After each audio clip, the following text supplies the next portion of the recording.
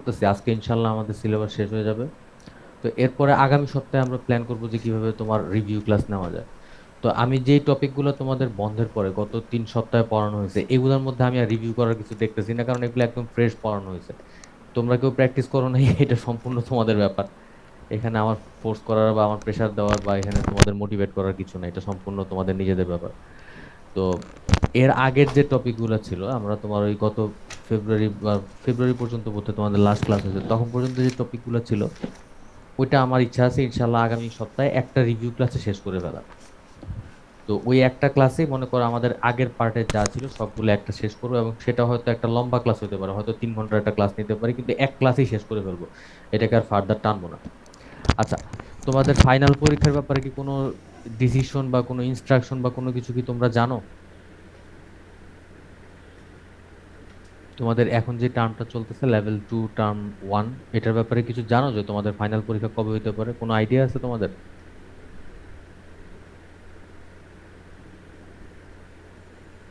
তোমরা কি আসো? আমার কথা কি পরিষ্কার শোনা যায়?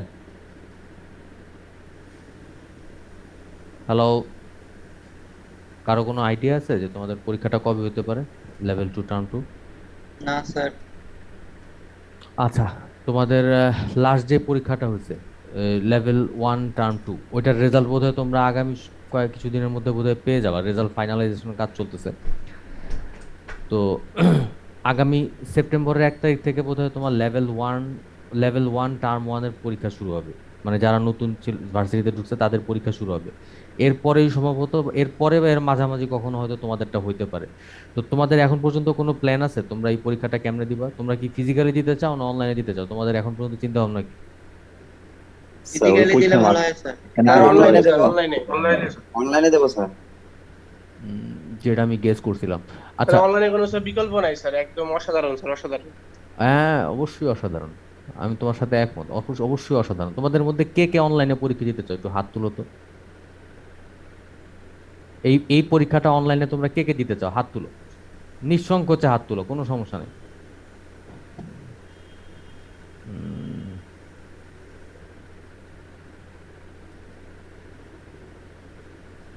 আচ্ছা, তোমরা এই কয়জন অনলাইনে দিতে চাও? Very good. আমি এরকম একটা কিছু এক্সপেক্ট করছিলাম। আচ্ছা ঠিক আছে, ওকে, তোমরা হাত নামাও। ফিজিক্যালি দিতে চাও কে কে, তারা এখন হাত, তোমরা সবাই হাত নামাও। লেডিজ এন্ড জেন্টলম্যান, তোমরা সবাই এখন হাত নামাও কাইন্ডলি। ফিজিক্যালি কে কে দিতে চাও তারা একটু হাত তুলো তো। আমাদের এই টার্মের ফাইনাল পরীক্ষাটা ফিজিক্যালি কে কে দিতে চাও? আহ, 3 জন 4 জন। আচ্ছা, তোমাদের মধ্যে 4 জন। আচ্ছা, 4 জনের মধ্যে 3 জন এখন, আচ্ছা এখন 3 জন আছে, ফার্স্টে 4 জন ছিল এখন 3 জন হয়ে গেছে, ভেরি গুড। তোমরা 3 জন ফিজিক্যালি দিতে চাও। আচ্ছা, 3 জন ফিজিক্যালি দিতে চাও। কিছু মনে করো না, আমি তোমাদের একটা প্রশ্ন করি, তোমাদের ফিজিক্যালি দিতে চাওয়ার কারণটা কি? ফার্স্ট অফ অল আমার স্যার অনেক প্রবলেম হয়েছিল গত অনলাইনে পরীক্ষা দিতে, মানে এই পরীক্ষায় আর কি প্রিপারেশন নিয়েও নিশ্চয়তা পাওয়া যায় না যে আমার পরীক্ষাটা ভালো হবে কিনা খারাপ হবে। আচ্ছা, জি। তোমার অনলাইন কানেকশনের প্রবলেম ছিল? জি স্যার, মানে মোটামুটি প্রিপারেশন নিয়ে আসেও বোঝা যায় না যে আমি কেমন পরীক্ষাটা দিব আর কি। এটা সম্পূর্ণ ডিপেন্ড করে আমার নেটওয়ার্কটা কিরকম আছে এটার উপরে আর। আচ্ছা, তুমি এই জন্য দিতে চাইতেছো না, ওকে। আরো অ্যাকচুয়ালি স্যার তখন তো স্যার বর্ষাকাল ছিল, তো স্যার প্রবলেম হয়েছে স্যার, তখন এই জন্য ওয়েদারটা বেশি খারাপ অবস্থা ছিল। হিসাবে এখনো বর্ষাকাল, কখন কি হয় কোনো ঠিক ঠিকানা নেই, কালকে হ্যাঁ, স্যার সারাটা দিন বৃষ্টিতে ভিজছি। পরীক্ষা যখন শুরু হলো তখন স্যার ততদিন স্যার প্রায় শেষ হয়ে যাবে স্যার বর্ষাকাল। হুম। আমি যে কথা বলো, নেটওয়ার্কের জন্য কোনো বর্ষাকাল গ্রীষ্মকাল লাগে না। আচ্ছা, 2018 মিস্টার নাইম তানভীর, তুমি কেন অনলাইনে দিতে চাও, স্যার অনলাইনে দিতে আমি চাও না? অনলাইনে আসলে দুটোতেই হাত তুলছিলাম, যে আসলে আমি পরীক্ষাটা দিতে যাচ্ছি, এটা হচ্ছে বড় কথা। আচ্ছা, তুমি তাহলে ফিজিক্যালি দেওয়াটা প্রেফার করতেছো কোনো এমনি কারণ ছাড়াই, মানে তুমি তোমার ট্র্যাডিশনাল পরীক্ষাটা চাও, এই তো? জি এইটাই, যেভাবে আচ্ছা, হোক পরীক্ষাটা যেন হয় আর যেন না পিছায়, ও অনলাইন অফলাইন যেমনি হোক। যেমনি হোক আর কি। না, আমার প্রশ্নটা ছিল যে অফলাইনে মানে ফিজিক্যালি দিতে চাও কিনা, তুমি ফিজিক্যালি দিতে চাইতেছো? জি স্যার। আচ্ছা ঠিক আছে, আরো 2 জন ছিল, এখন কি আসো? অনলাইনের যে সমস্যাগুলো আছে ফিজিক্যালি সমস্যাগুলো হবে না আসলে, কারণ আমার ডিভাইসের প্রবলেম আছে, তো আমি আগের পরীক্ষাটা আরেকগুলো ডিভাইস দিয়ে দিতে হয়েছে, তো এটা একটা প্রবলেম। নেটওয়ার্কের প্রবলেম অবশ্যই আছে, সব মিলাই আর কি। উম, আচ্ছা ঠিক আছে, তাহলে তোমাদের দুইজনের কথা, আরো দুইজন ছিল, ওই দুইজন গেল কই? আচ্ছা ঠিক আছে, ওকে, থ্যাংক ইউ, তোমরা হাত নামাও, আমি আস্তে আস্তে আমার আমার আমার মেন কাজে চলে যাই, আমি পড়ানোতে চলে যাই। Thank you mister Sabuj, mister Naim, thank you. Okay, so ladies and gentleman, আমি যতদূর বুঝলাম যারা অনলাইনে দিতে যেতেছো কারণ একটাই, অনলাইনে প্রচুর মার্কস উঠতেছে নাকি? Is it true? G sir. অনলাইনে প্রচুর নাম্বার উঠতেছে, এটা ছাড়া অন্য আর কোনো কারণ নাই। তো এখন এটা তোমাদের জন্য লং রানে কতটুকু ভালো আমি জানি না।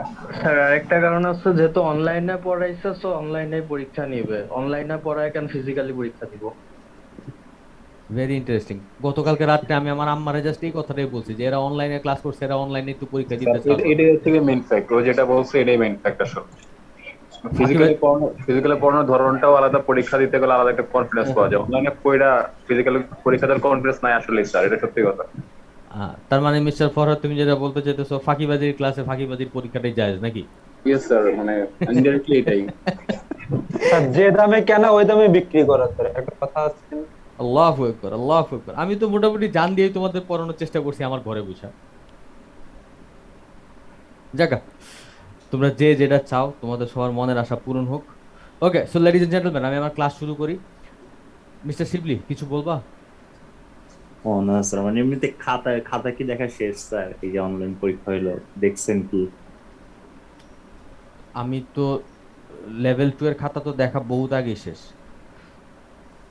লেভেল 2 এর খাতা দেখা জমা দিয়ে দিছি, মানে পরীক্ষা শেষ হওয়ার 10 দিনের মধ্যেই বোধহয় খাতা জমা দিয়ে দিছি আমরা। এবং আমাদের লেভেল 2 তে আমার যদি মনে পড়ে মার্কস বেশ ভালো উঠছে, বেশ ভালো উঠছে। তোমার মনে করো স্ট্যাটিস্টিক্সের যে তোমার এমসিকিউ যেটা, এমসিকিউতে আমি দেখলাম তোমার অ্যাভারেজই উঠছে মনে হয় 32, 36-এর মধ্যে। 36-এর মধ্যে অ্যাভারেজই ছিল 32। তো তোমার মানে আমি আর কাউসার স্যার যেটা বলতেছিলাম যে যেভাবে প্রশ্ন প্রশ্ন করা হয়েছে, যেভাবে পরীক্ষাটা নেওয়া হয়েছে, শুধু লেভেল, শুধু আমার সাবজেক্টে না, যে কোনো সাবজেক্টে, এই পরীক্ষাটাতে যারা ক্রস করবে, যাদের নাকি ফেল আসবে, এদেরকে এই ভার্সিটিতে কারো ক্ষমতা নেই পাস করানো। মিস্টার শিবলি, তুমি কি আমার কথা ইনসাল্টেড ফিল করতেছো? না স্যার। আমি সরি সত্যি কথা বলার জন্য, কিন্তু দিস ইজ দ্য ট্রুথ। কেউ কি ফেল করছে? লেভেল 2 এর রেজাল্টের কাজে এখনো হাত দেওয়া হয় নাই, কাজেই আর লেভেল 2 এর রেজাল্টের সাথে আমার এখন পর্যন্ত লেভেল 2 এর কোনো কাজই অ্যাকচুয়ালি শুরু করা হয়নি। তোমার মাত্র বোধহয় সবাই খাতা জমা দেওয়া শেষ করছে বোধহয় মাত্র, তাও আমি জানি না সবাই জমা দিছে কিনা। তোমার এখন যেটা করতেছে লেভেল 1 এর কাজ চলতেছে, লেভেল 1 টার্ম 1 যেটা, ওইটার ফাইনাল, লেভেল 1 টার্ম 1 না টার্ম 2? টার্ম 2। তোমাদের যে লেভেল 1 এর টার্ম ফাইনালটা ছিল ওইটার কাজ চলতেছে এখন।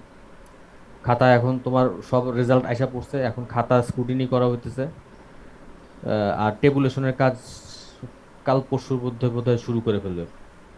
কাল, আজকে বোধহয় পারবে না, কালকে থেকে হয়তো শুরু করে ফেলবে, হোয়াটএভার। তো স্যার এই হ্যাঁ, 2-1 এর এক্সাম যদি স্যার নিয়েও নাই তাহলে স্যার ল্যাবের কি করবে স্যার? 2-1 এর আমার তো বাবা ল্যাব তো নাই, আমি কইতে পারতেছি না ল্যাবের ব্যাপারে, আমার কোনো আইডিয়া নেই। তবে আমি যতদূর বুঝতেছি ল্যাবগুলো বোধহয় পরে কোনো এক সময় কভার করবে। তোমাদের এই স্যার একটা টার্ম পরের টার্মে কি একবারে দুই টার্মেরই ল্যাব একসাথে নিবে? বাবারে, আমার এই সম্পর্কে কোনো আইডিয়া নেই। কারণ এই ডিসিশনগুলো যাদের কাছ থেকে আসে এরা কারোর সাথে কোনো কনসাল্ট করে বলে আমার মনে হয় না। হঠাৎ করে একদিন তোমরা যেমন খবর পাও, একদিন আমি এরকম হঠাৎ করে খবর পাই যে এরকম একটা ডিসিশন নেওয়া হয়েছে, কাজে আমি কিছু বলতে পারলাম না। তবে এই টার্মটা তো মনে করো একটা টার্মে কিন্তু অ্যাকচুয়ালি আটকা পড়ছে, একটা টার্মেরই খালি ল্যাব আটকা পড়ছে। তো এটা হয়তো পরে কোনো এক সময় কভার করবে, কেমনে করবে জানি না। তোমরা তো আরো মনে করো আরো 2 বছর এখানে আসো, তো এই 2 বছরে কোনো এক সময় তো কভার করবে। 2 বছর না, তোমরা এখানে আরো 2.5 বছর আছো, এই 2.5 বছরে কোনো এক সময় কভার করবে। আচ্ছা, by the way, just last একটা প্রশ্ন, তারপরে আমি আমার পড়ানো শুরু করতেছি। স্যার 2.5 বছরে কি শেষ হবে সামনে? এটা কি মানে বলা যাচ্ছে? আসলে এটা করোনার উপরে ডিপেন্ড করে মিস্টার সবুজ। স্যার সবকিছুই চলতেছে, মানে এটা আর কি না না না আমাদের মিস্টার উপরে সবুজ, একটা হয়রানি সবুজ চালাচ্ছে। তোমার উপরে হয়রানি চালাইতেছে তোমার ভালোর জন্যই। কত লোক মারা গেছে দেখছো? এবং মানে এই যে মনে করো তুমি যে বলতেছো যে হয়রানি করতেছে, তোমার বয়সে অনেক লোক কিন্তু, অনেক ছেলেও কিন্তু মারা গেছে, এটা কি খবর পাইছো পেপারে বা কারো কাছে শুনছো? আমি আমি ইভেন Yes. তোমাদের তোমাদের বয়সে অনেক লোক আমি মারা যায়, অনেক অনেক অনেক টাইম মারা যেতে দেখছি, খবর পাইছি। স্যার বাংলাদেশে স্যার 5 বছর শিশু স্যার মারা যাচ্ছে দেখছি স্যার। 5 আসলে বছরের তো খবর আমি বেসিক্যালি পাইনি। নিজের উপর আঘাত না পেলে কেউ বুঝতে চায় না আসলে কি হইতেছে না হইতেছে। গতকালকে তোমাদের এই একটা কলেজের প্রিন্সিপাল আসছিল, তো যে প্রিন্সিপাল আসছে তার সাথে তার সাথে দেখা করতে গেলাম, কারণ তার কলেজে আমি ক্লাস নিতেছিলাম, ক্লাস বন্ধ হয়ে গেছে, তারা অনলাইনে ক্লাস করতে চায় না। তো তার সাথে দেখা দিলাম, তো তার দিকে আমি হাত বাড়া দিলাম হ্যান্ডশেক করতে, তিনি আমার সাথে হ্যান্ডশেক করবেন, খুব ভালো কথা। তো আমিও বললাম যে ঠিক আছে, হ্যান্ডশেক না করলে আপনার জন্য ভালো, আমার বাসায় একজন করোনা পেশেন্ট আছে। বলছে আপনার তো অফিসে আসাটাই ঠিক হয়নি। দ্যাটস ট্রু, কারণ এই ভদ্রলোকের করোনা হয়েছিল, তিনি সিএমএইচ এ যে অনেকদিন থেকে ট্রিটমেন্ট নিয়ে মানে জানে যে ফেরত আসতে পারছে, এই জন্যই তিনি মহাখুশি। তো এটা যার হয় সে বুঝে, যে মারা গেছে সে বুঝে, যে মারা যার ফ্যামিলিতে মারা গেছে সে বুঝে। কাজেই আমি জানি আমাদের সবার সাংঘাতিক ক্ষতি হয়েছে, এবং তোমাদের চেয়ে বেশি ক্ষতি হয়েছে কাদের জানো? মনে করো, ধরো তোমার ইন্টারমিডিয়েটে যারা আছে, ইন্টারমিডিয়েট লেভেলে সাংঘাতিক ক্ষতি হয়ে গেছে। এই ক্ষতিটা কত দিনে পোষাইতে পারবে জানি না। মেট্রিক পরীক্ষা এই বছর এক সময় হয়তো হবে, কিন্তু একটা ইন্টারের ব্যাচ অটো পাস দিয়ে বাইরে গেছে, এবং ওই ব্যাচটা এমনি ফালতু একটা ব্যাচ ছিল। আমি সরি, এডমিশনের পোলাপানের ক্ষতি হইতেছে অনেক, ওরা মনে বুঝতে পারতেছে না কি এইগুলারে আমার এই ব্যাচটারে নিয়ে খুব একটা টেনশন নেই, কারণ এটা এমনি একটা ফালতু ব্যাচ ছিল। কারণ তোমার এই যে 2018 সালে এরা যেভাবে প্রশ্ন আউট করছে, এটি মেট্রিক পরীক্ষা এগুলো এসএসসি তে যেভাবে পাস করছে, এগুলো এমনি অটো পাস করে আসছে, আরেকবার অটো পাস নিছে। তো এগুলো যখন আসবে তোমরা দেখবা ইউনিভার্সিটির অবস্থাগুলো একটা কোন জায়গায় যায়, দেখবা নিজের চোখেই দেখবা। তোমরা যখন নাকি মানের কম্পারিজনে যাবা, তোমরা টের পাবা যে তোমরা কি একটা ব্যাচ আসতেছে, টের পাবে ইনশাল্লাহ। তো এখন আরো বড় ইয়া যেটা, যে মনে করো ধরো এখন যারা এইচএসসি তে আছে, এরা কিন্তু খুব সাংঘাতিক ভাবে ঝুলে আছে, কিভাবে কি হবে জানে না। আর তার চেয়ে বড় কি, তোমার মনে করো কাগজ বা স্টেশনারি বা বই বা লাইব্রেরি এই টাইপের যারা আছে, যারা নাকি ইউনিভার্সিটি স্কুল কলেজগুলোর উপর ডিপেন্ড করে, এদের অর্থনৈতিক অবস্থা গত 1.5 বছর ধরে খুবই খারাপ। এরা যে কিভাবে চলতেছে শুধুমাত্র আল্লাহ জানে, আর কেউ জানে না। আমরা তো অ্যাটলিস্ট মনে করো জানে বেঁচে আছি, এটাই চিন্তা করো যে আমরা তো জানে বেঁচে আছি। মাঝে মাঝে পেপারে দেখো না যে তোমার স্কুলের টিচার রাস্তায় ঝাড়ু দিতেছে, এরকম খবরও বের হইতেছে পেপারে, কি করবা?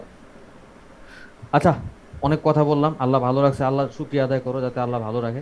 সো লেডিজ এন্ড জেন্টলম্যান, আমি আমার লাস্ট ক্লাসটা শুরু করি, যদি পারমিশন দাও করবো। হ্যাঁ স্যার, ইনশাল্লাহ শুরু করে দেন। বিসমিল্লাহির রহমানির রহিম। ওকে, তাহলে শোনো বাবারা, তোমাদের সাথে গত দুইটা ক্লাসে মোটামুটি একই জিনিস পড়াইছে। দুইটা ক্লাসেরই উদ্দেশ্য ছিল একটা, যে একটা কোয়ান্টিটেটিভ রিসার্চ যখন আমরা করি, আমরা যখন ডাটা কালেকশন করি, একটা রিসার্চ যখন করি, এটা কেন করি এই জিনিসটা আমরা দেখছি। তারপরে দেখছি যে রিসার্চের প্রবলেমগুলোকে আমরা কিভাবে ব্যাখ্যা করার চেষ্টা করি সেটা দেখছি। তারপর দেখছি যে এটার জন্য আমাদের ডাটাটা কিভাবে কালেকশন করতে হয়, ডাটা কালেকশনের জন্য যে স্যাম্পলিং টেকনিকগুলো সেগুলো আমরা দেখছি। আচ্ছা, তারপরে আরেকটা জিনিস আমরা দেখলাম যে তোমার একটা ডিসিশন আমরা কিভাবে নিব, স্ট্যাটিস্টিক্যালি একটা ডিসিশন আমরা কিভাবে নিব, যেটা আমরা বলি যে হাইপোথিসিস, যে একটা স্টেটমেন্ট, একটা প্রবলেম সম্পর্কে একটা স্টেটমেন্ট, যেটাকে আমরা বলছিলাম হাইপোথিসিস। গত ক্লাসে আমরা মেনলি এটাই দেখছি, যে তোমার স্ট্যাটিস্টিক্যালি একটা হাইপোথিস কিভাবে দাঁড়া করাইতে হয়, এবং এটার উপর এটা ট্রু না ফলস কিভাবে জাস্টিফাই করতে হয়। অর্থাৎ স্ট্যাটিস্টিক্যালি ডিসিশন নেওয়ার যে প্রসিডিওরটা, যে মেকানিজমটা, যে পাথওয়েটা, এটা আমরা গতকালকে দেখছি টেস্ট অফ হাইপোথিসিস টপিকের মধ্যে। আচ্ছা, টেস্ট অফ হাইপোথিসিস আমি তোমাদের মোটামুটি ডিটেলস পড়েছি, এবং তোমরা ম্যাথটা খুব ভালোই বুঝছিলে, আমি এই জন্য এখানে আর ফার্দার যাবো না। আচ্ছা, by the way ladies and gentleman, তোমরা কি ম্যাথটা কেউ ট্রাই করছিলে? একটা হোমওয়ার্ক যে ছিল ছোটখাটো, কেউ ট্রাই করছিলে? একদম সেম ম্যাথ ছিল, ট্রাই করছিলা? এই ম্যাথটা তোমাদেরকে বলছিলাম ট্রাই করতে, কেউ ট্রাই করছিলা বাবারা? ওকে, মৌনতা সম্মতি লক্ষণ, তোমরা কেউ ট্রাই করো নাই, আলহামদুলিল্লাহ। তো মন চাইলে পরে একবার ট্রাই করে নিও, তোমরা বড় হয়েছো, তোমাদেরকে প্রেশার দেওয়ার কোনো কারণ আমার নাই। আজকের ক্লাসে আমরা যেটা দেখব সেটা হচ্ছে তোমার আমাদের এই স্যাম্পলিং টপিকটা বা টেস্ট অফ হাইপোথিসিস টপিকটা, এখানে আমাদের কিছু কোর আইডিয়া ছিল, যেমন পপুলেশন কি জিনিস, স্যাম্পল কি জিনিস, এগুলো আমি তোমাদেরকে বলছিলাম। পপুলেশন কি ছিল? পপুলেশন ছিল যে আমি যে অবজেক্টের উপরে ডাটা কালেক্ট করতে চাই, বা যে অবজেক্টের উপরে আমি কাজ করতে চাই, তার যে টোটাল কালেকশনটা সেটা ছিল আমার পপুলেশন। আচ্ছা, স্যাম্পল কি ছিল? এই পপুলেশনের যে রিপ্রেজেন্টেটিভ পার্টটা, সেটাকে আমরা বলছিলাম একটা স্যাম্পল। আচ্ছা, তারপর আমি বলছিলাম প্যারামিটারের কথা। প্যারামিটার কি ছিল? যে আমরা পপুলেশনের উপরে যেই ফাংশনটা ইউজ করি সেটাই হয়ে যাবে একটা প্যারামিটার। এটা মিন হোক, মিডিয়ান হোক, মোড হোক, যেটাই হোক, পপুলেশনের উপরে ইউজ করা যে কোনো ফাংশনই হচ্ছে আমার প্যারামিটার। আর স্যাম্পলের উপরে ইউজ করা যে কোনো ফাংশনই ছিল আমার স্ট্যাটিস্টিক। মনে করো আমি একটা যোগফল বের করতেছি, যে আমার পপুলেশনে 2 কোটি লোক আছে, তাদের টোটাল ইনকাম কত, আমি 2 কোটি লোকের ইনকাম যোগ করলাম। এই যে যোগটা, এটাও একটা প্যারামিটার, কারণ পপুলেশনের উপর একটা ফাংশন ইউজ করা, একটা সামেশন ইউজ করা হয়েছে।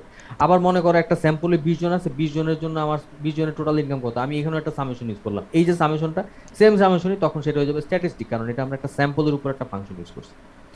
তো এখন দেখো টেস্ট অফ হাইপোথিসিসে আমরা যে কাজটা করছি, আমরা আমাদের এই হাইপোথিস যে ক্লেমগুলো আমরা করছি, আমরা যদি স্ট্যান্ডার্ড নোটেশনে চিন্তা করি, এই যে mu equal to mu not, এই জিনিসটা আসলে কি ছিল? মিউ ছিল পপুলেশনের একটা প্যারামিটার, এই প্যারামিটারের মানটা একটা নির্দিষ্ট মানের সমান কিনা এটা আমরা এখানে চেক করছিলাম। খেয়াল করে দেখো যে আমাদের এই যে ম্যাথ যেটা আমরা ক্লাসে করছিলাম, সেখানে আমরা বলছিলাম যে তাদের একটা স্যাম্পল থেকে তারা পাইছিল যে তাদের বাল্বটা 1570 ঘন্টা টিকে, কিন্তু তারা এই স্যাম্পলটার উপরে বেস করে তারা কিন্তু কমেন্ট করছে হোল পপুলেশনের উপরে যে তাদের কোম্পানির সব লাইটই 1600 ঘন্টা টিকে। এই স্যাম্পলের উপরে বেস করে তারা কি করছে, তাদের হোল পপুলেশনের উপরে কমেন্ট করছে। তাহলে এখন দেখো এই 1570 ঘন্টা এটা কি স্যাম্পলের মিন, একটা স্ট্যাটিস্টিক, এটাকে তারা কেন ইউজ করতেছে? আমাদের পপুলেশনের যে স্ট্যাটিস্টিক, পপুলেশনের যে অ্যাভারেজ মানটা তার উপর কমেন্ট করার জন্য ইউজ করতেছে। অর্থাৎ একটা স্ট্যাটিস্টিক, সেটাকে তারা ইউজ করতেছে একটা প্যারামিটার সম্পর্কে কমেন্ট করার জন্য। এটা কি বলা যায় দেখো তো? রোল নাম্বার 1 মিস্টার সিরাজ, তুমি কি আমার কথাটা শুনতেছো পরিষ্কার?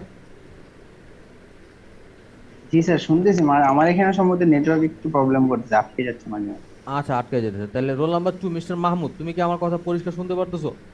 স্যার আমিও স্যার আপনার কথা একটু আটকে আটকে শুনতেছিলাম, বুঝতেছিলাম না যে কার প্রবলেম, আমার না আপনার। আচ্ছা, আমি এই ম্যাথটা আমি আবার বলি, ঠিক আছে? এখন শোনা যায় পরিষ্কার? জি স্যার এখন শোনা যাচ্ছে। আচ্ছা, আমি এই ম্যাথটা আরেকবার বলি, খেয়াল করো। আমরা গত ক্লাসে যে টেস্ট অফ হাইপোথিসিসের ম্যাথটা করছিলাম, এখানে আমরা কি করছিলাম, ম্যাথটাতে কি কি কি কি দেওয়া ছিল? এখানে তারা আমাদেরকে একটা স্যাম্পল দেওয়া ছিল, 100 বাল্বের উপরে চেক করে তারা দেখছে যে তোমার এই বাল্বগুলো 1570 ঘন্টা টিকে। কিন্তু তারা যে হাইপোথিসিসটা ক্লেম করছে, তাদের দাবিটা কি ছিল যে না, তাদের কোম্পানির লাইটগুলো অ্যাকচুয়ালি 1600 ঘন্টা টিকে। তাহলে এখন দেখো এই দাবিটা তারা করছে কিসের উপর বেস করে? তাদের এই স্যাম্পলের ডাটার উপর বেস করে করছে না? জি স্যার। তার মানে দেখো এই 1570 ঘন্টা এটা কি একটা স্যাম্পল মিন? 1570 ঘন্টা যেটা ছিল এটা ছিল একটা স্যাম্পল মিন, যেটাকে আমরা বলতেছি একটা স্ট্যাটিস্টিক। এটা ইউজ করে তারা দাবি করতেছে কি, তাদের কোম্পানির লাইট বাল্বগুলো 1600 ঘন্টা টিকে, যেটা হচ্ছে একটা পপুলেশন মিন। তো পপুলেশন মিনকে আমরা বলছিলাম প্যারামিটার।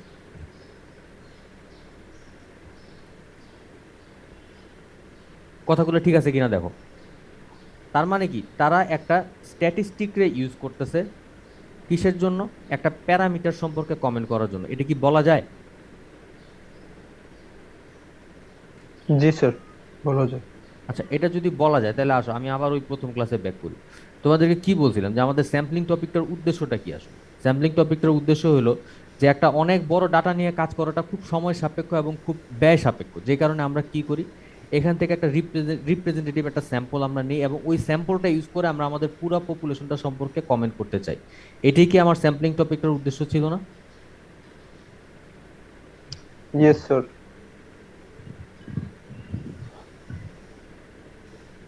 রোল নাম্বার 3 সাদিয়া, তুমি কি আমার কথা বুঝতেছো? জি স্যার। Very good. তাহলে এখন দেখো আমাদের এই স্যাম্পলিং টপিকটার যে উদ্দেশ্যটা, বা এখানে যে আমরা ম্যাথে আমরা যেটা দেখছি যে আমরা একটা স্যাম্পল স্ট্যাটিস্টিক, একটা স্যাম্পলের একটা ফাংশন, একটা স্ট্যাটিস্টিক আমরা ইউজ করতেছি প্যারামিটার সম্পর্কে কমেন্ট আইডিয়া পাওয়ার জন্য। তো এই যে আমরা কাজটা করতেছি, একটা স্যাম্পলকে যে আমরা ইউজ করতেছি একটা পপুলেশন সম্পর্কে কমেন্ট পাওয়ার জন্য, এই টপিকটা নিয়ে কাজ করার জন্য আমার আজকের এই প্রথম টপিক, সেটা হচ্ছে এস্টিমেশন। এস্টিমেশনের কাজটা কি? এস্টিমেশনের কাজ হলো গিয়া একটা স্যাম্পল স্ট্যাটিস্টিক ইউজ করে একটা পপুলেশন প্যারামিটার সম্পর্কে কমেন্ট করতে যে চাই, এটাই হচ্ছে তোমার এস্টিমেশন টপিকটা। তাহলে আমি আবার বলতেছি, এস্টিমেশন টপিকটার উদ্দেশ্যটা কি? যে আমরা এখানে চাইতেছি একটা স্যাম্পল স্ট্যাটিস্টিককে ইউজ করব করে আমরা আমরা আইডিয়া পাইতে চাই এবং আমরা কমেন্ট করতে চাই একটা পপুলেশন প্যারামিটার সম্পর্কে। তোমরা কি আমার, আরেকবার একটু স্যার। আমি আবার বলতেছি, একটা স্যাম্পল স্ট্যাটিস্টিক ইউজ করে আমরা যে পপুলেশন প্যারামিটার সম্পর্কে আইডিয়া পাইতে চাই, এই যে স্ট্যাটিস্টিক্যাল প্রসিডিওরটা, এটাকে আমরা বলতেছি এস্টিমেশন বা স্ট্যাটিস্টিক্যাল এস্টিমেশন। যেমন এই যে ম্যাথে আমরা যেই মাত্র যেটা দেখলাম যে আমার এখানে সে স্যাম্পল কালেক্ট করছে, স্যাম্পল কালেকশনের উদ্দেশ্যটা কি? সে তার পপুলেশন সম্পর্কে কমেন্ট করতে চায়। সে 100টা বাল্বের স্যাম্পল নিছে, কিন্তু নিয়ে সে কমেন্ট করতে চায় তার কোম্পানি শুরু থেকে কেমন পর্যন্ত যতগুলো বাল্ব বানাবে সবগুলোর উপরে, এই স্যাম্পলের উপরে বেস করে। তো এই যে প্রসেসটা, একটা স্যাম্পল ডাটা ইউজ করে একটা পুরো পপুলেশন সম্পর্কে কমেন্ট করার যে প্রসেসটা, এটাকে আমরা বলতেছি এস্টিমেশন বা স্ট্যাটিস্টিক্যাল এস্টিমেশন। জি স্যার, বুঝতে পারছি। বোঝা গেছে? রোল নাম্বার 7 মিস্টার মেহেদি, তুমি কি বুঝতে পারছো? রোল নাম্বার 7 মিস্টার মেহেদি, তুমি কি বুঝতে পারছো? মিস্টার আশরাফ, তোমার কাছে ক্লিয়ার রোল নাম্বার 11? জি স্যার। Very good. আচ্ছা, তো এই এস্টিমেশনটা দুই রকম হতে পারে, একটা হচ্ছে তোমার পয়েন্ট এস্টিমেশন, আর একটা হচ্ছে ইন্টারভাল এস্টিমেশন। পয়েন্ট এস্টিমেশনটা কি জিনিস? যখন নাকি আমরা এক্স্যাক্টলি একটা মান বলতে পারবো সেটাকে তখন আমরা বলি পয়েন্ট এস্টিমেশন। যে তোমার ধরো আমার কাছে এরকম একটা ডাটা সেট দেওয়া আছে, এরকম মনে করো 10-15টা ডাটার একটা আমার একটা ডাটা সেট দেওয়া আছে। আমি এখান থেকে মনে করো বললো যে মিন বাইর করতে বলছে, বললো যে আমাকে এখান থেকে তোমার মিন এস্টিমেট করো। আমি কি করবো? আমি সরাসরি এই যে মিনের মানটা বাইর করে ফেললাম, এই যে বের বের করলাম, একটা এক্স্যাক্টলি একটা মান আসতেছে, এটাকে আমরা বলি পয়েন্ট এস্টিমেশন। আর যখন নাকি আমরা একটা ফিক্সড মান না দিয়ে একটা ইন্টারভাল দিয়ে দিব, যে আমি বলবো যে আমার এখানে মানটা 20 থেকে 30-এর মধ্যে আছে, এরকম যখন নাকি একটা ইন্টারভাল, একটা রেঞ্জ দিয়ে দিব, তখন আমরা সেটাকে বলি ইন্টারভাল এস্টিমেশন। এই সেকেন্ডটাকে আমরা বলি ইন্টারভাল এস্টিমেশন। আচ্ছা, আমি এই দুইটার সঙ্গে আমি আবার ব্যাক করতেছি, তার আগে আমি একটু বেসিক কয়টা আইটেমে যাই। আচ্ছা, প্রথম আইটেমটা হলো মিস্টার সবুজ। আচ্ছা, তো প্রথম আইটেমটা দেখো, ধরো আমরা এখানে প্রথম যে টার্মটা বলবো সেটা হচ্ছে তোমার এস্টিমেটর। এস্টিমেটর জিনিসটা কি আমি তোমাদের বলি, যে মনে করো তোমার এখানে এই যে প্যারামিটারের স্ট্যাটিস্টিকের যে কথাটা বললাম, যে আমরা একটা স্ট্যাটিস্টিকটা ইউজ করতেছি একটা প্যারামিটার সম্পর্কে আইডিয়া পাওয়ার জন্য। স্ট্যাটিস্টিকটা কি? স্যাম্পলের মিন, আর প্যারামিটারটা ছিল আমার এখানে পপুলেশন মিন। এই স্যাম্পল মিনটারে আমি ইউজ করতেছি পপুলেশন মিন সম্পর্কে আইডিয়া পাওয়ার জন্য। তো যেই স্ট্যাটিস্টিকটা আমি ইউজ করি প্যারামিটার সম্পর্কে আইডিয়া পাওয়ার জন্য সেটাকেই বলা হয় এস্টিমেটর। আমি আবার বলতেছি, যেই পার্টিকুলার স্যাম্পল ফাংশনটা বা যেই পার্টিকুলার স্ট্যাটিস্টিকটাকে আমরা ইউজ করি কোনো একটা প্যারামিটার সম্পর্কে আইডিয়া পাওয়ার জন্য, সেটাকে আমরা বলি এস্টিমেটর। যেমন এখানে এই স্যাম্পল মিনটা, এটা একটা এস্টিমেটর। এটা আমরা কেন ইউজ করতেছি? আমরা ইউজ করতেছি পপুলেশন সম্পর্কে আইডিয়াটা পাওয়ার জন্য। তার মানে এই স্যাম্পল মিনটা তখন হয়ে যাবে একটা এস্টিমেটর। ওকে, তাহলে আমি আবার বলি, এস্টিমেটর জিনিসটা তাহলে কি? Statistic used for for estimating a parameter। তাহলে যেই স্ট্যাটিস্টিকটাকে আমরা একটা প্যারামিটারের মান বের করার জন্য ইউজ করতেছি তাকে আমরা বলতেছি এস্টিমেটর। আমার কথা কি কিছুটা বুঝতে পারতেছো? জি স্যার। আর স্যার যেটা যে ভ্যালুটা পাবো ওইটাই কি এস্টিমেশন? যেই ভ্যালুটা পাবো, ভেরি গুড, যেই ভ্যালুটা আমরা পাবো তাকে আমরা বলতেছি এস্টিমেট। এস্টিমেট, আমরা যে মানটা পাবো সেই মানটাকে আমরা বলতেছি এস্টিমেট। ভ্যালু উই অবটেইন, দাঁড়াও, numeric value of an estimator is estimate. আমরা যে নিউমেরিক মানটা পাবো, এস্টিমেটরের যে নিউমেরিক একটা মান আমরা পাবো তাকে আমরা বলতেছি এস্টিমেট। এস্টিমেটে কি স্ট্যাটিক ছাড়া অন্য কিছু হওয়ার কোনো চান্স নাই? সরি, বুঝি নেই। এস্টিমেটর কি স্ট্যাটিক ছাড়া অন্য কিছু হইতে পারে না? না, এস্টিমেটর অবশ্যই একটা স্ট্যাটিস্টিক হবে, অবশ্যই একটা স্যাম্পল ফাংশন হবে, কারণ এটাকে ক্লিয়ারলি ডিফাইন করা হয়েছেই শুধুমাত্র একটা প্যারামিটারের মান বাইর করার জন্য। প্যারামিটার মানেই হচ্ছে তোমার পপুলেশন, তখন আমরা পপুলেশন নিয়ে কাজ করতেছি। তো যে কারণে এটা অবশ্যই একটা একটা প্যারামিটার হইতে হবে। যে সেই স্ট্যাটিস্টিক, হিসেবে তো হ্যাঁ বলো স্যার, সেই হিসেবে তো সব স্ট্যাটিস্টিকই তাহলে এস্টিমেটর হবে। সব স্ট্যাটিস্টিকই এস্টিমেটর হবে না। তুমি যেই স্ট্যাটিস্টিকটাকে উদ্দেশ্য সহ করতেছো তখন সেটা একটা প্যারামিটার হবে। যেমন মনে করো তোমার হাত সামনে একটা স্যাম্পল করে রয়েছে, এই স্যাম্পলটা কোন জায়গা থেকে আসছে তুমি ওই পপুলেশন সম্পর্কে তোমার কোনো আইডিয়াই নেই, তুমি হয়তো জানোই না যে এই স্যাম্পলটা কে কালেক্ট করেছে। তাহলে সেখান থেকে তুমি যে স্ট্যাটিস্টিকটা পাবা এটা কোন প্যারামিটারের জন্য কাজে লাগতেছে এটা তো তুমি জানো না, রাইট?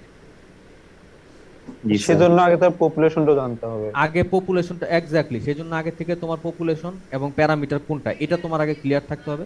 থাকার পরে সেটার জন্য তুমি যে স্যাম্পল কালেক্ট করে স্ট্যাটিস্টিক বাইর করছো সেটাই হচ্ছে তোমার এস্টিমেট। আর ওই এস্টিমেটরের যে নিউমেরিক মানটা তুমি পাবা সেটাই হচ্ছে তোমার এস্টিমেট। বোঝা গেছে? জি স্যার। Very good. আচ্ছা, তাহলে এখন আসো তোমাদের সাথে একটু মজা করি। সেটা হলো স্ট্যান্ডার্ড ডেভিয়েশন কি জিনিস মনে আছে? কাউসার স্যার পরে ছিল না অনেকদিন আগে স্ট্যান্ডার্ড ডেভিয়েশন কি জিনিস মনে আছে বা ফর্মুলাটা কেউ বলতে পারবো আমাকে? স্যার মিন ভ্যালু থেকে মানে যতটুকু ডিফারেন্স ওইটা বের করতে। Standard deviation sir exact value থেকে কতটুকু স্যার ডিফারেন্স আছে সেটাই তো স্যার। স্ট্যান্ডার্ড ডেভিয়েশন জিনিসটা হলো যে তোমার একটা পপুলেশন তার একটা পপুলেশন বা একটা ডাটা সেট বলি পপুলেশন স্যাম্পলের ঝামেলায় পড়ে যায় যে তোমার মিনের যে মানটা সেখান থেকে অন অ্যান অ্যাভারেজ কতটুকু স্কোয়ার রুট ডিস্টেন্স পর্যন্ত উঠানামা করে এটাই ছিল স্ট্যান্ডার্ড ডেভিয়েশন। মনে পড়ে? দেখো তো এইভাবে মনে পড়ে কিনা। জি স্যার। যে তোমার কই গেল দুনিয়ার হাবি জাবি গ্রাফ একটা রাখছে। আচ্ছা থাক, এই বেজালে আমার লাভ নেই। এরকম একটা ফর্মুলা ছিল না, দেখো তো। এটা এটা ভুলে সে অ্যাবসলিউট ভ্যালু দিছে, এটা এটা ব্রেকেট হবে। স্ট্যান্ডার্ড ডেভিয়েশনে বেশ কয়েকটা সূত্র আছে। আচ্ছা, তো এটা এটা এটা কি চিনছো? কাঁচা স্যার কি এটা ইউজ করেনি নাকি ভুলে গেছো? না স্যার মনে আছে তো। ভেরি গুড, ঠিক আছে। আচ্ছা এখানে অ্যাকচুয়ালি ব্রেকেট হবে, এটা অ্যাবসলিউট ভ্যালু না, এটা ব্রেকেট হবে। বুঝছো, যেটাই করো আমরা যেহেতু পজিটিভ স্কয়ার পজিটিভ মান নিয়ে কাজ করতেছি, কাজে এটা হচ্ছে তোমার, এটা আলটিমেটলি তোমার পজিটিভ মানই আসবে, কাজেই এটা নেওয়া না নেওয়া সমান হোয়াটএভার, এটা মানটা পজিটিভ পজিটিভ স্কয়ার রুটটা আমরা নিই। তো এখন দেখো এটার যে আমরা বলতেছি স্ট্যান্ডার্ড ডেভিয়েশন, এটা কার জন্য? আমি বলতেছি জাস্ট একটা ডাটা সেটের জন্য। তাহলে এখন স্যাম্পলের বেলায় যখন নাকি আমরা কোনো স্ট্যান্ডার্ড ডেভিয়েশন বের করি সেটাকে আমরা বলি স্ট্যান্ডার্ড এরর। আমি আবার বলতেছি,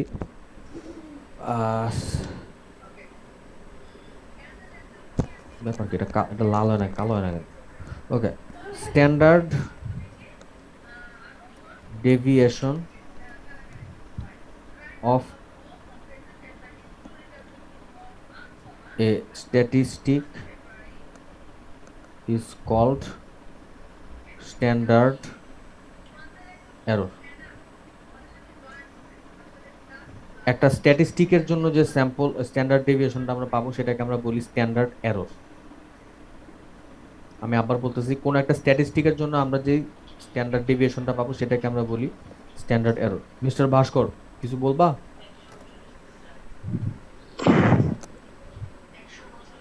ওকে, আমি আবার বলতেছি, কোন স্ট্যাটিস্টিকের জন্য যে স্ট্যান্ডার্ড ডেভিয়েশন সেটাকে আমরা বলি স্ট্যান্ডার্ড এরর। আচ্ছা, এটার ফর্মুলা হইলো গিয়া তোমার, আমাদের স্ট্যান্ডার্ড ডেভিয়েশন যদি এসডি হয় তাহলে স্ট্যান্ডার্ড এরর হবে SD divided by root N. Root দেয় কেমনে?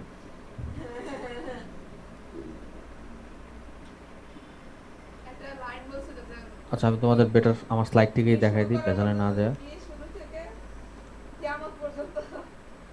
এটা এস হচ্ছে তোমার স্যাম্পল স্ট্যান্ডার্ড ডেভিয়েশন, আর এটাকে যখন নাকি আমি স্যাম্পল সাইজ দিয়ে ভাগ করবো তখন আমরা স্ট্যান্ডার্ড এররটা পাই। স্ট্যান্ডার্ড এররটা হলো গিয়া তোমার একটা স্ট্যাটিস্টিকের যে স্ট্যান্ডার্ড ডেভিয়েশন তাকে আমরা বলি স্ট্যান্ডার্ড এরর। লেখছো? দেখছো এটা? জি স্যার। আচ্ছা, তাহলে এখন দেখো, তোমাদেরকে একটা জিনিস আমি গত ক্লাসে বলিনি, আজকে বলে দিই। সেটা হলো গিয়া তোমার, আমরা টি টেস্ট যখন করছিলাম তখন দেখো আমরা একটা স্ট্যান্ডার্ড এই স্যাম্পলের জন্য যে স্ট্যান্ডার্ড ডেভিয়েশন বা ভেরিয়েন্স যেটাই বলো, এখানে ফর্মুলাতে একটা চেঞ্জ আনছিলাম। তোমরা কি খেয়াল করছো? আমরা যখন নাকি ভেরিয়েন্স তোমাদের যখন কাউসার স্যার পড়াইছে, কাউসার স্যার যখন তোমাদের ভেরিয়েন্স পড়াইছে তখন উনি এখানে ভাগ করছিল এন দিয়ে, কিন্তু আমরা এখানে ভাগ করতেছি n-1 দিয়ে। খেয়াল করছো? কাউসার স্যারের ফর্মুলাটা কি তোমাদের মনে আছে? হাতের কাছে খাতা কলম আছে তোমাদের? দেখো তো। জি স্যার, ওখানে n কাউসার স্যার যখন নাকি তোমাদের ভেরিয়েন্স বা স্ট্যান্ডার্ড ডেভিয়েশন পড়াছে সেখানে আমরা n দিয়ে ভাগ করছিলাম, কিন্তু এখানে দেখো আমরা এখানে n-1 দিয়ে ভাগ করতেছি। খেয়াল করছো স্যাম্পলের বেলায় যে আমরা এই কাজটা করতেছি? আচ্ছা, এখন স্যাম্পলের স্ট্যান্ডার্ড ডেভিয়েশনের বেলায় আমরা n-1 দিয়ে ভাগ করি কেন, এই প্রশ্নটা তোমাদেরকে ল্যাবে প্রায়ই করবে। কোয়ালিটি কন্ট্রোলের ল্যাবে যখন তোমরা যাবা বা টিটিকিউসি ল্যাবে যখন যাবা তখন দেখবে যে তোমাদের এই n-1 নিয়ে পেঁচানোর চেষ্টা করবে যে n-1 দিয়ে আমরা কেন ভাগ করি। আমি তোমাদেরকে উত্তরটা বলে দিই, তোমরা লেখা রাখো, আর চাইলে ব্যাখ্যাও করতে হবে। তোমার কি ব্যাখ্যা দরকার না খালি উত্তরটা লেখা রাখলে হবে? দুইটাই। দুইটাই দরকার। আচ্ছা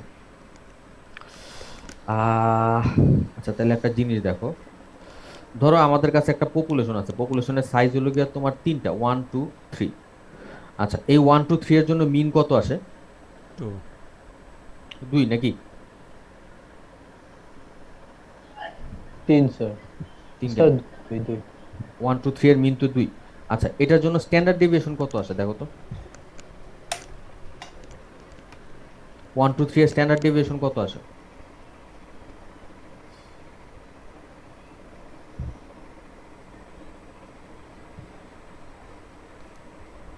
বলতে পারবা?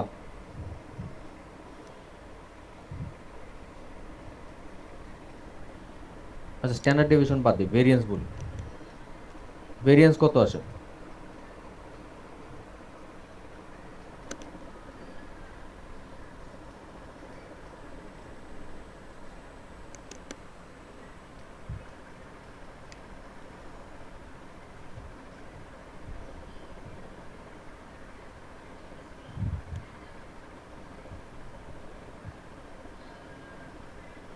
কত আসছে বের করতেছো কেউ? স্যার কাছে তো হাতে খাতা কলম নেই স্যার।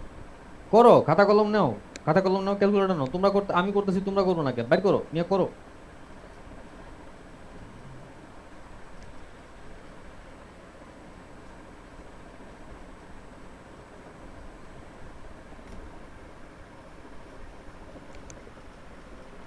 স্যার স্ট্যান্ডার্ড ডেভিয়েশন কি 1? আগে ভেরিয়েন্সটা বাইর করো।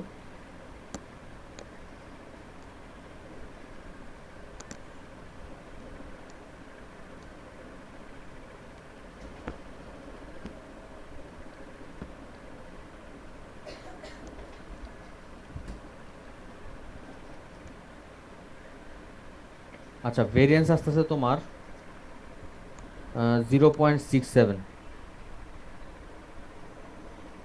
তার মানে এটার পজিটিভ স্কোয়ার রুট যদি নেই, কত আসবে? SQRT 0.81 something.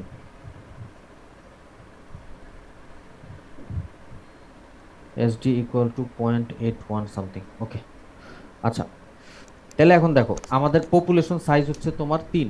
পপুলেশন থেকে আমরা দেখতেছি 1 2 3। আচ্ছা, এখন আমারে বলো এই 1 2 3 যে পপুলেশনটা, এখান থেকে তোমার স্যাম্পল, 2 সাইজের স্যাম্পল কয়টা নেওয়া যায় বলো তো? 2টা। লেডিজ এন্ড জেন্টলম্যান, এই পপুলেশন যে আমরা পাইলাম 1 2 3, এখান থেকে 2 সাইজের স্যাম্পল কয়টা নেওয়া যায় 3টা। বলো। একটা হইতে পারে 1 2, আরেকটা হইতে পারে কি 2 3, আর হলো 1 3। আরেকটা কি হইতে পারে 3 1। আচ্ছা 3 1 1 3 একই জিনিস। আচ্ছা, এখন আমারে তুমি বলো এটার মিন কত? এটার মিন কত আসবে? 1.5। 1.5, ভেরি গুড। এটার 2.5। এটার 2। 2। আচ্ছা, এখন দেখো এখানে স্যাম্পল মিন কয়টা আছে? 3টা আছে না? জি স্যার। এই 3টা স্যাম্পল মিনের অ্যাভারেজ কত দেখো তো। অ্যাভারেজ অফ 3 স্যাম্পল মিনস কত আসে দেখো তো। স্যার 2.12। তোমরা সবাই আমার কথা বুঝতে পারতেছো কিনা দেখো, আমি কি করতেছি একটু ধরতে পারতেছো কিনা দেখো, কেউ মিস করলে আমারে জানাও। আমরা কি করছি দেখো, আমাদের কাছে 2 আসে, পপুলেশন 2। ছিল 3 সাইজের, সেখান থেকে আমি জাস্ট ফর এক্সাম্পল আমি 2 সাইজের 3টা স্যাম্পল দিলাম। ঠিক আছে, 2 সাইজের 3টা যে যতগুলো স্যাম্পল নেওয়া যায় সবগুলো স্যাম্পল আমি নিলাম। নেওয়ার পরে তাদের মিনটা আমি বাইর করলাম, এবং এখন দেখো আমার অল পসিবল স্যাম্পল মিন যেগুলো ছিল, average of all possible sample means, এটা কত আসছে? 2 আসছে না? জি স্যার। আচ্ছা, এই দুইটা দেখো তো আমার অরিজিনাল পপুলেশন মিন কত ছিল? 2 না? দেখো তো, তার মানে কি আমাদের মিনের বেলায় যখন নাকি আমরা আমাদের স্যাম্পল মিনের মিন বাইর করতেছি, আমরা কি পাইতেছি? আমাদের অরিজিনাল পপুলেশন মিনটা পাইয়া যেতেছি না? দেখো তো আমার কথা ধরতে পারছো কিনা দেখো। আমরা যখন আমাদের অল পসিবল স্যাম্পলের যে মিনগুলা, ওই স্যাম্পল মিনগুলার মিন যখন আমরা বাইর করি, আমরা কি আমাদের অরিজিনাল পপুলেশন মিনটা চলে পাইয়া যেতেছি না? দেখো। হ্যাঁ স্যার। আচ্ছা, এখন কথা হলো যখন নাকি আমরা এই স্যাম্পলের যে ভেরিয়েন্সগুলো, আমরা যখন ভেরিয়েন্সগুলো বাইর করি, মনে করো এটার ভেরিয়েন্স হচ্ছে ভেরিয়েন্স 1, এটার ভেরিয়েন্স হচ্ছে ভেরিয়েন্স 2, আর এটার ভেরিয়েন্স হলো তোমার ভেরিয়েন্স 3। তাহলে এই হিসাবে দেখো, আমরা যখন নাকি এই ভেরিয়েন্স তিনটার অ্যাভারেজ বাইর করব, আমরা যদি এই তিনটার অ্যাভারেজ বাইর করি, অ্যাভারেজ অফ ভেরিয়েন্সেস কত হবে? সমান সমান কত আসবে? Variance 1 plus variance 2 plus variance 3 divided by 3। আমরা যখন করব এই মানটা কি, তাহলে এই মানটা সমান আসার কথা না? এই লজিকে যদি আমরা করি, হ্যাঁ স্যার। কিন্তু বাস্তবে এটা হয় না, বাস্তবে এটা আসে না। তোমরা চেক করে দেখো, বাস্তবে এটা আসে না। এটা কখনোই আমার অরিজিনাল পপুলেশন ভেরিয়েন্সের সমান হয় না। তো এখন দেখা গেছে কি, আমরা যদি এই ভেরিয়েন্সের ফর্মুলাতে আমরা এখানে কত দিয়ে ভাগ করছি, এখানে ভেরিয়েন্সের ফর্মুলাতে আমরা কি করছি? কাউসার স্যার তোমাদের শিখেছিল কি এন দিয়ে ভাগ করা শিখেছিল না? মনে পড়ে? কাউসার স্যারের ফর্মুলাতে তোমাদের এই যে এখানে এন দিয়ে ভাগ করছিল না এই জায়গাটায়? তো দেখা গেছে কি, আমরা যদি এন দিয়ে ভাগ না করে আমরা যদি এই ফর্মুলাতে এই জায়গাতে এবং এই জায়গাতে সবগুলোতেই যদি n-1 দিয়ে ভাগ করি, তখন আমাদের এই অ্যাভারেজটা ওই অরিজিনাল ভেরিয়েন্সের সমান হয়। আমার কথা কিছুটা মাথায় ঢুকছে কিনা দেখো, আমার কথা কিছুটা ধরতে পারছো কিনা দেখো। আমরা যখন নাকি এই ভেরিয়েন্সগুলো, স্যাম্পল ভেরিয়েন্সগুলোর অ্যাভারেজ যখন আমরা বের করি, যদি এন দিয়ে বের করি, তখন আর সেটা এই দুইটা মান তখন আর সমান হয় না, তখন আর এই মান দুইটা সমান হয় না। কিন্তু আমরা যদি n-1 দিয়ে ভাগ করি, এই স্যাম্পল এবং পপুলেশন দুই ক্ষেত্রে যদি n-1 দিয়ে ভাগ করি, তখন দেখা যায় কি যে আমার এই অ্যাভারেজটা, এই স্যাম্পল ভেরিয়েন্সের অ্যাভারেজ যেগুলো, সেটা আমার এই অরিজিনাল ভেরিয়েন্সের সমান হয়, শর্ত হলে যদি আমি n-1 দিয়ে ভাগ করি। আমার কথাকে কিছুটা ধরতে পারছো কিনা দেখো, লেডিজ এন্ড জেন্টলম্যান। জি স্যার। একটা কথা ছিল যে তাহলে অরিজিনাল ভেরিয়েন্সটা দিলে বের করে কি? অরিজিনাল ভেরিয়েন্সের ফর্মুলা অ্যাকচুয়ালি এন দিয়ে ভাগ করে। অরিজিনালি এটা এন দিয়ে ভাগ করলে আমরা অরিজিনাল ভেরিয়েন্সটা পাই। কিন্তু যখন নাকি স্যাম্পল নিয়ে আমরা কাজ করি, যখন নাকি আমরা স্যাম্পল নিয়ে কাজ করি স্পেসিফিক্যালি, যখন নাকি আমাদের স্যাম্পল সাইজটা খুব ছোট হয়, তখন এই এন দিয়ে ভাগ করলে হয় কি, আমার এই জিনিসটা সমান হয় না। কিন্তু আমাদের পপুলেশন এবং স্যাম্পল দুইটাই যদি অনেক বড় হয়, তখন n-1 দিয়ে ভাগ করা, এন দিয়ে ভাগ করো, তখন আর এই সমস্যাটা হয় না। এই সমস্যাটা হয় শুধুমাত্র ছোট স্যাম্পলের বেলায়। যেমন তোমরা যখন টিটিকিউসি ল্যাবে কাজ করতে যাবো বা কোয়ালিটি কন্ট্রোল ল্যাবে যখন কাজ করতে যাবা, আমাদের এখানে কিন্তু স্যাম্পল সাইজগুলো খুব একটা বড় না। এই 20, 30, 100 এগুলো আসলে খুব একটা বড় স্যাম্পল না। কিন্তু তোমরা যদি মনে করো অনেক সত্যিকারের বড় স্যাম্পল নিয়ে কাজ করো, 2-3 লাখ বা কয়েক মিলিয়ন এরকম সাইজের স্যাম্পল নিয়ে যখন কাজ করবা, তখন আর এই সমস্যাটা হয় না। তাহলে বুঝতে পারছো কেন আমরা n-1 দিয়ে ভাগ করতেছি? মানে কনসেপ্টটা ধরতে পারছো কিনা দেখো। জি স্যার। আচ্ছা, তাহলে এখন আমি এক কাজ করি, তোমাদেরকে আমি n-1 এর রিজনটা আমি লেখা দিই এখানে আমার এই ফাইলে, আমি লেখা দিই। তোমরা আমার সাথে সাথে পারলে লেখা ফেলো, আর না পারলে তোমাদের কাছে ওয়ার্ড ফাইল থাকতেছি। কারণটা হইলো যে for small sample if we use n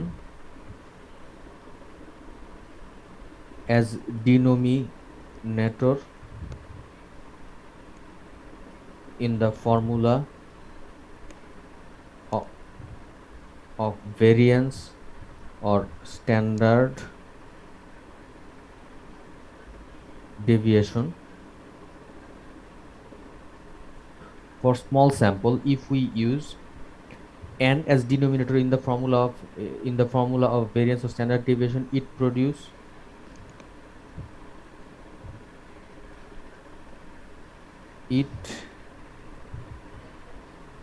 gives a biased estimate. এখানে বায়াস বলার কারণ হলো গিয়া তোমার, যেহেতু আমাদের ওই এভারেজটা সমান আসে না, biased estimate of the population variance or standard deviation. Instead, if we use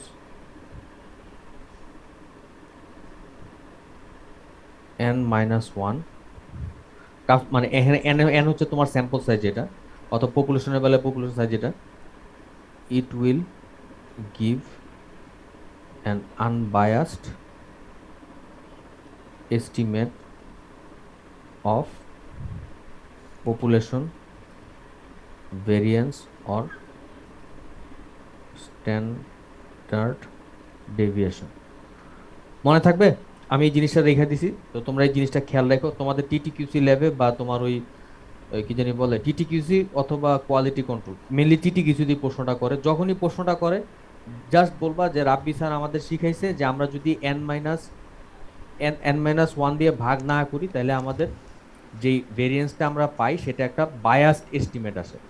সেই কারণে আমরা এখানে n-1 দিয়ে ভাগ করি, ভাগ করলে তখন সেটা একটা আনবায়াসড এস্টিমেট দেয়। পারবা না বলতে? জি স্যার। ওই মেয়ে তোমরা বলবো। আচ্ছা তাহলে আমি এক কাজ করি, উত্তরটা তোমরা যেটা দিবা আমি উত্তরটাও তোমাদের বলে দিই, তোমরা একটু খাতায় লেখা ফেলো। লিখবা? একটু লেখা ফেলো কষ্ট করে, সবাই লেখো। কি মিয়ারা খাতা কলম নিছো?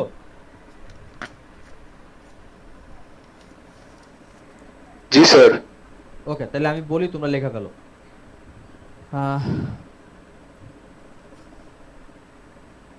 স্যাম্পল সাইজ ছোট হলে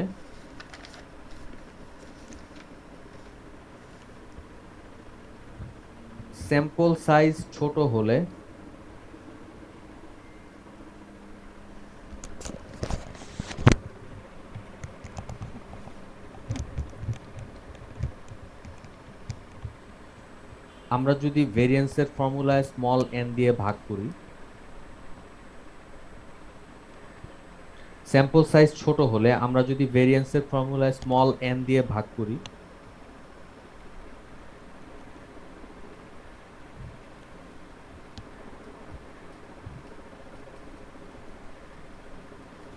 স্যাম্পল সাইজ ছোট হলে আমরা যদি ভেরিয়েন্স বা স্ট্যান্ডার্ড ডেভিয়েশনের ফর্মুলায় স্মল n দিয়ে ভাগ করি,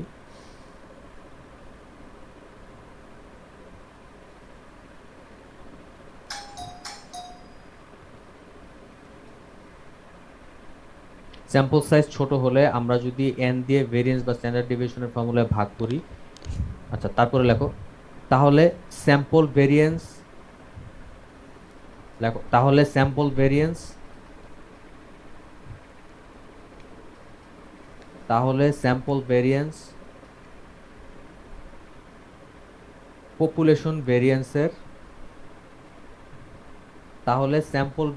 পপুলেশন ভেরিয়েন্সের বায়াসড এস্টিমেট দেয়।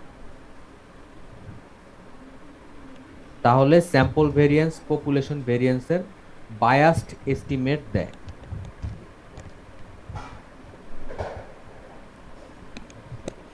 তাহলে স্যাম্পল ভেরিয়েন্স পপুলেশন ভেরিয়েন্সের বায়াসড এস্টিমেট দেয়।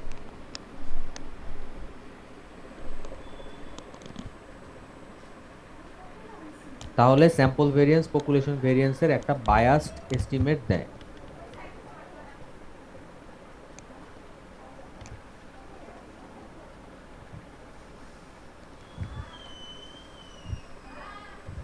লেখছো? স্যার পরে কি মানে পেঁচানোর সম্ভাবনা আছে, মানে বায়াস টার্গেট করবে কি বলতে পারবেন? ওই যে এতক্ষণ যেগুলো দেখাইলাম, এই যে সমান আসে না, যে এটাই হলো বায়াসড এস্টিমেট।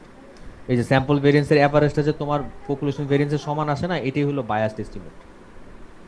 এই জিনিসটা তুমি এখানে এই জায়গায়, আমি তো তোমাদের এই ফাইলটা দিয়েই দিব, এটা তোমাদের একটু মনে রাখতে হবে। এই জিনিসটা তো বুঝাতে পারবো না তখন, এই জিনিসটা তোমরা একটু দেখে নিও টিটিকিউসি ল্যাবে যাওয়ার আগে। আচ্ছা লেখছো? বায়াসড এস্টিমেট এই পর্যন্ত লেখছো? টিটিকিউসি কোন ডিপার্টমেন্টে? পিএম এর? ওই মিয়া যেটা লেখতে কইছি লেখছো নাকি গো? লিখছি স্যার। আচ্ছা তারপর, আচ্ছা এরপরে লেখো যে তার পরিবর্তে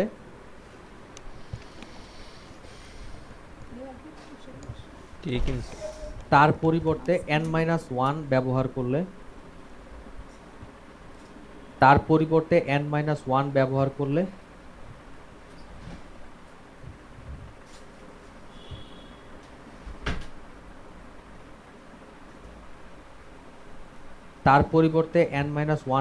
করলে স্যাম্পল ভেরিয়েন্স, তার পরিবর্তে n-1 ব্যবহার করলে স্যাম্পল ভেরিয়েন্স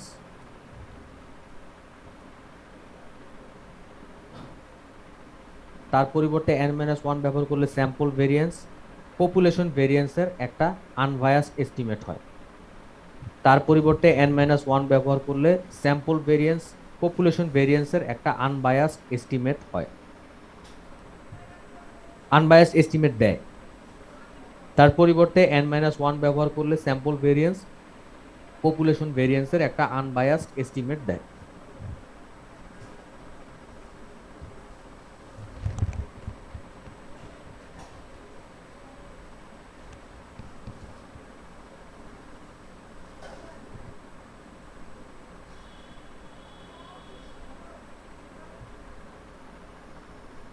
লেখা শেষ সবার?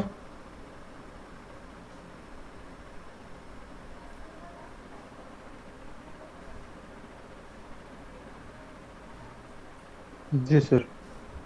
Very good.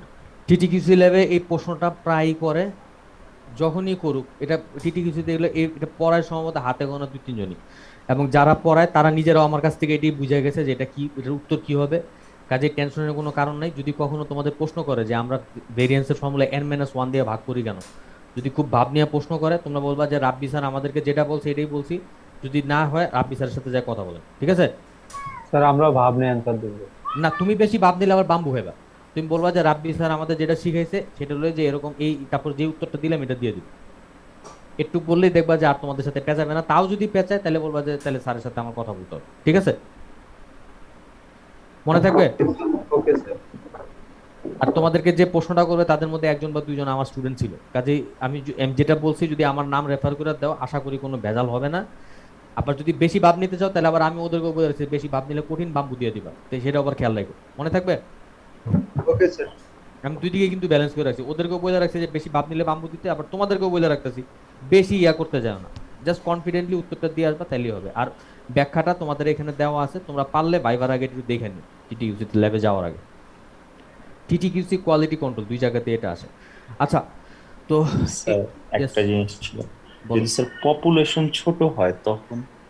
এই সমস্যাটা হয় শুধুমাত্র পপুলেশন এবং স্যাম্পল ছোট হলে। মানে স্যার ওই যে বললাম যে অরিজিনাল যে ভ্যারিয়েন্সটা বললেন, অরিজিনাল ভ্যারিয়েন্স আমরা সব সময় সাধারণত n ইউজ করি। তোমরা তো সব সময় n ইউজ করবা।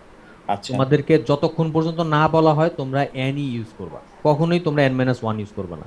শুধুমাত্র যখন নাকি স্যাম্পল নিয়ে তোমাদের কাজ করতে হবে তখনই শুধুমাত্র n-1 ইউজ করবা, আদারওয়াইজ কখনোই n-1 ইউজ করবা না। অরিজিনাল ফর্মুলাটা কিন্তু n দিয়েই ভাগ করা, কারণ ভেরিয়েন্সের ফর্মুলাটা কি?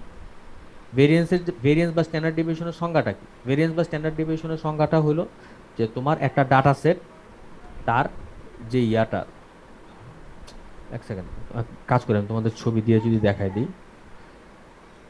না স্যার মানে বুঝতে পারছি জিনিসটা। না, আমি তোমাদের ছবিটা দিয়েই দেখাই দিই যে অ্যাকচুয়ালি জিনিসটা কেন দরকার। ছবিটা দরকার যেই কারণে সেটা হলো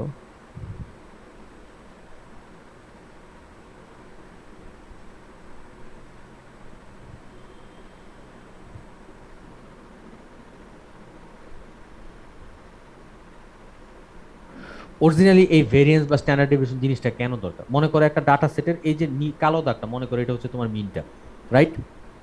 তো এখন দেখো অরিজিনালি বাকি যতগুলো ডাটা আছে, দেখো ডাটাগুলো কিন্তু অনেক দূর পর্যন্ত উপরে নিচে উঠানামা করছে, ঠিক কিনা মিস্টার শিবলি? মিস্টার শিবলি? জি স্যার। তাহলে এখন দেখো ভেরিয়েন্সের সংজ্ঞাটা আসলে কি ছিল, যে এই যে উপরে নিচে উঠানামা করতেছে কতটুকু পর্যন্ত উঠানামা করতেছে, সেই ডিস্টেন্সের যে স্কয়ারটা তার এভারেজটা ছিল ভেরিয়েন্স। এখানে এভারেজের একটা কথা ছিল না? জি স্যার। এভারেজ কখন হবে? এভারেজ যখন করবা তখন তুমি কত দিয়ে ভাগ করবা? যতগুলো ডাটা আছে তত দিয়ে ভাগ করার কথা না? তার মানে কি n দিয়েই ভাগ করার কথা? হ্যাঁ, সব সময় আমরা n দিয়েই ভাগ করব।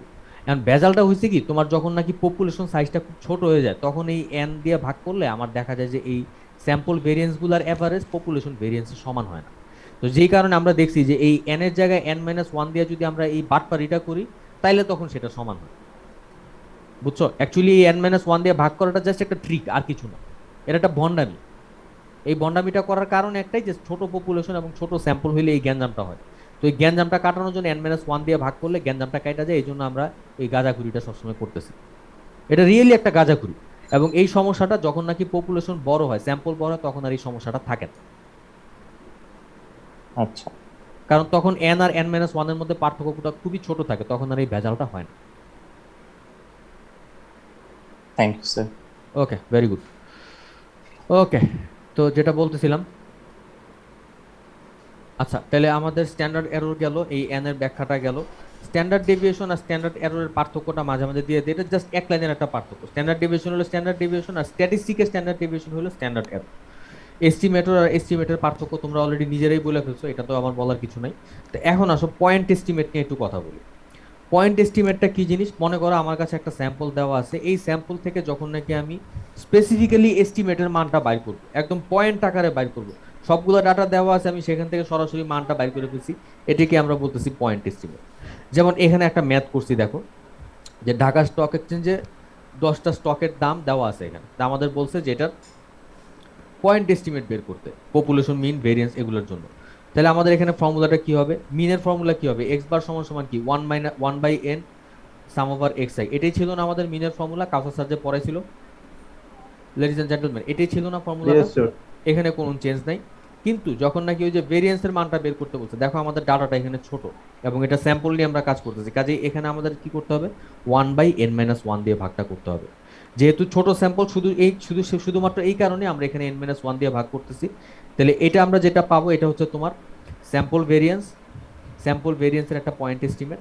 আর এই যে মানটা আমরা পাইতেছি, এটার উপরে যদি পজিটিভ স্কোয়ার রুট নেই, তাহলে সেটা হয়ে যাবে তোমার স্ট্যান্ডার্ড ডেভিয়েশন। আমাদের এই ডাটার জন্য এটা একটা পয়েন্ট এস্টিমেট। কি পয়েন্ট এস্টিমেট পাইলাম? মিনের, ভেরিয়েন্সের এবং স্ট্যান্ডার্ড ডেভিয়েশনের। পারবা না বাবারা পয়েন্ট এস্টিমেট বের করতে বললে? একটা ছোট ম্যাথ দিয়ে যদি বলে যে এগুলোর পয়েন্ট এস্টিমেট বের করো, পারবা না করতে? মিন, ভেরিয়েন্সের মানগুলো বের করবে, এখানে পেছানোর কিছু নেই, এটা একদম সিম্পল জিনিস। আচ্ছা, নেক্সট আমরা যেটা দেখবো সেটা হচ্ছে তোমার ইন্টারভাল এস্টিমেশন। পয়েন্ট এস্টিমেট কোনটা? হ্যাঁ, পয়েন্ট এস্টিমেট কোনটা? পয়েন্ট এস্টিমেট কোনটা? এই যে মনে করো এই 10টা মানের জন্য তুমি মিন বের করলা, এই মিনটা তখন এই পয়েন্ট এস্টিমেট। ওকে স্যার। আচ্ছা আমি তোমার দেখাই দিই, দাঁড়াও। তাহলে ধরো তোমার স্টক প্রাইস এটা কত আসলো মানটা?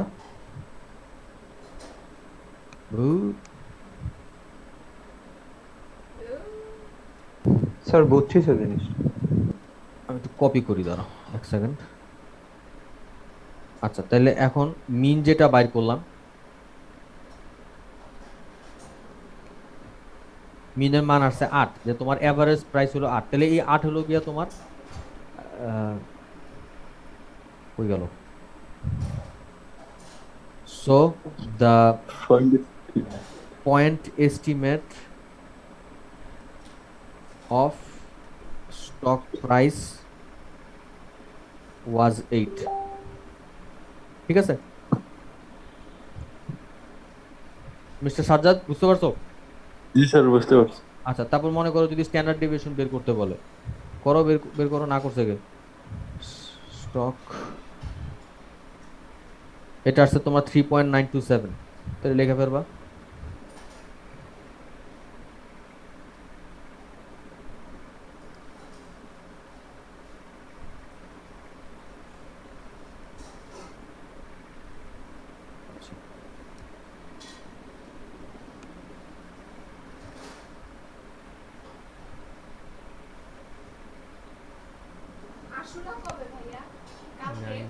Point estimate of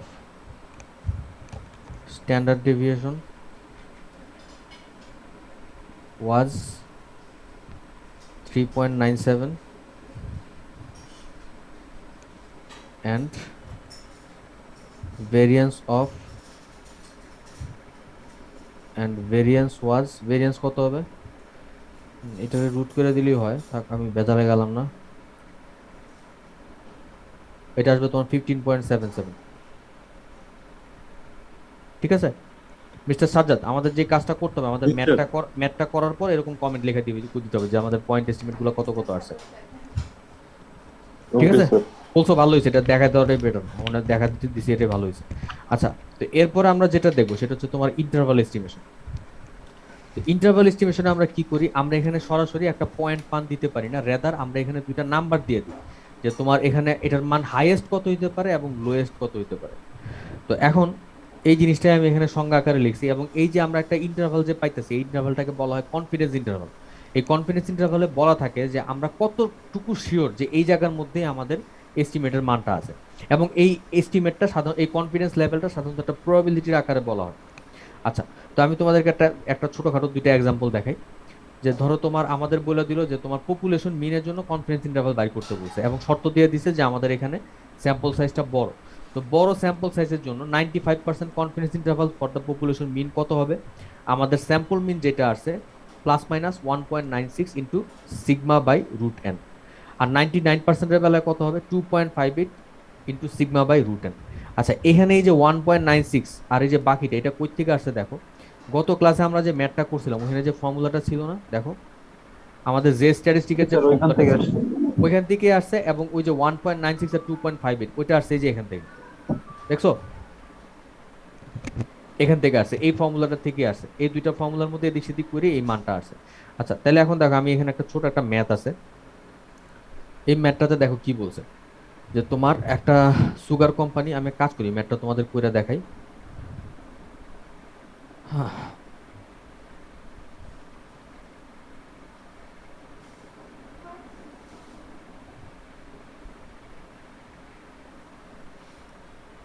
আচ্ছা, তাহলে এখানে দেখো আমাদের কি কি দেওয়া আছে। আমাদের দেওয়া আছে যে আমাদের স্ট্যান্ডার্ড ডেভিয়েশন হলো 1.2 আউন্স, এটা দেওয়া আছে। মিন দেওয়া আছে 19.8 আউন্স। স্যাম্পল সাইজ দেওয়া আছে, স্যাম্পল সাইজটা কই? স্যাম্পল সাইজ দেওয়া আছে 25। আচ্ছা, তাহলে আমাদের এখানে আপার লিমিটটা কি হবে? Here sample mean is 19.8, standard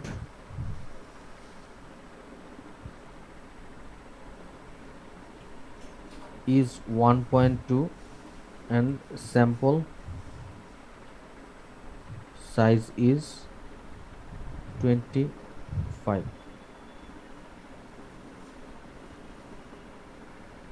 আচ্ছা, তাহলে আমাদের এখানে মানটা কত আসবে?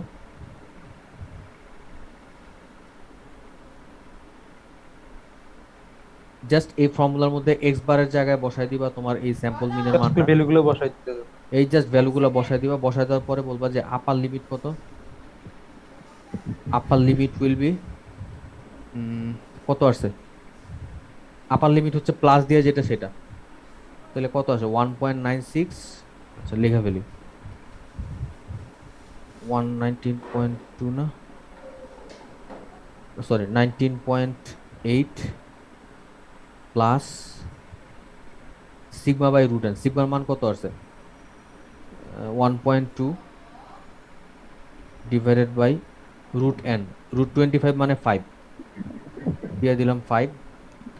আচ্ছা, তাহলে আপার লিমিট আছে 20.04।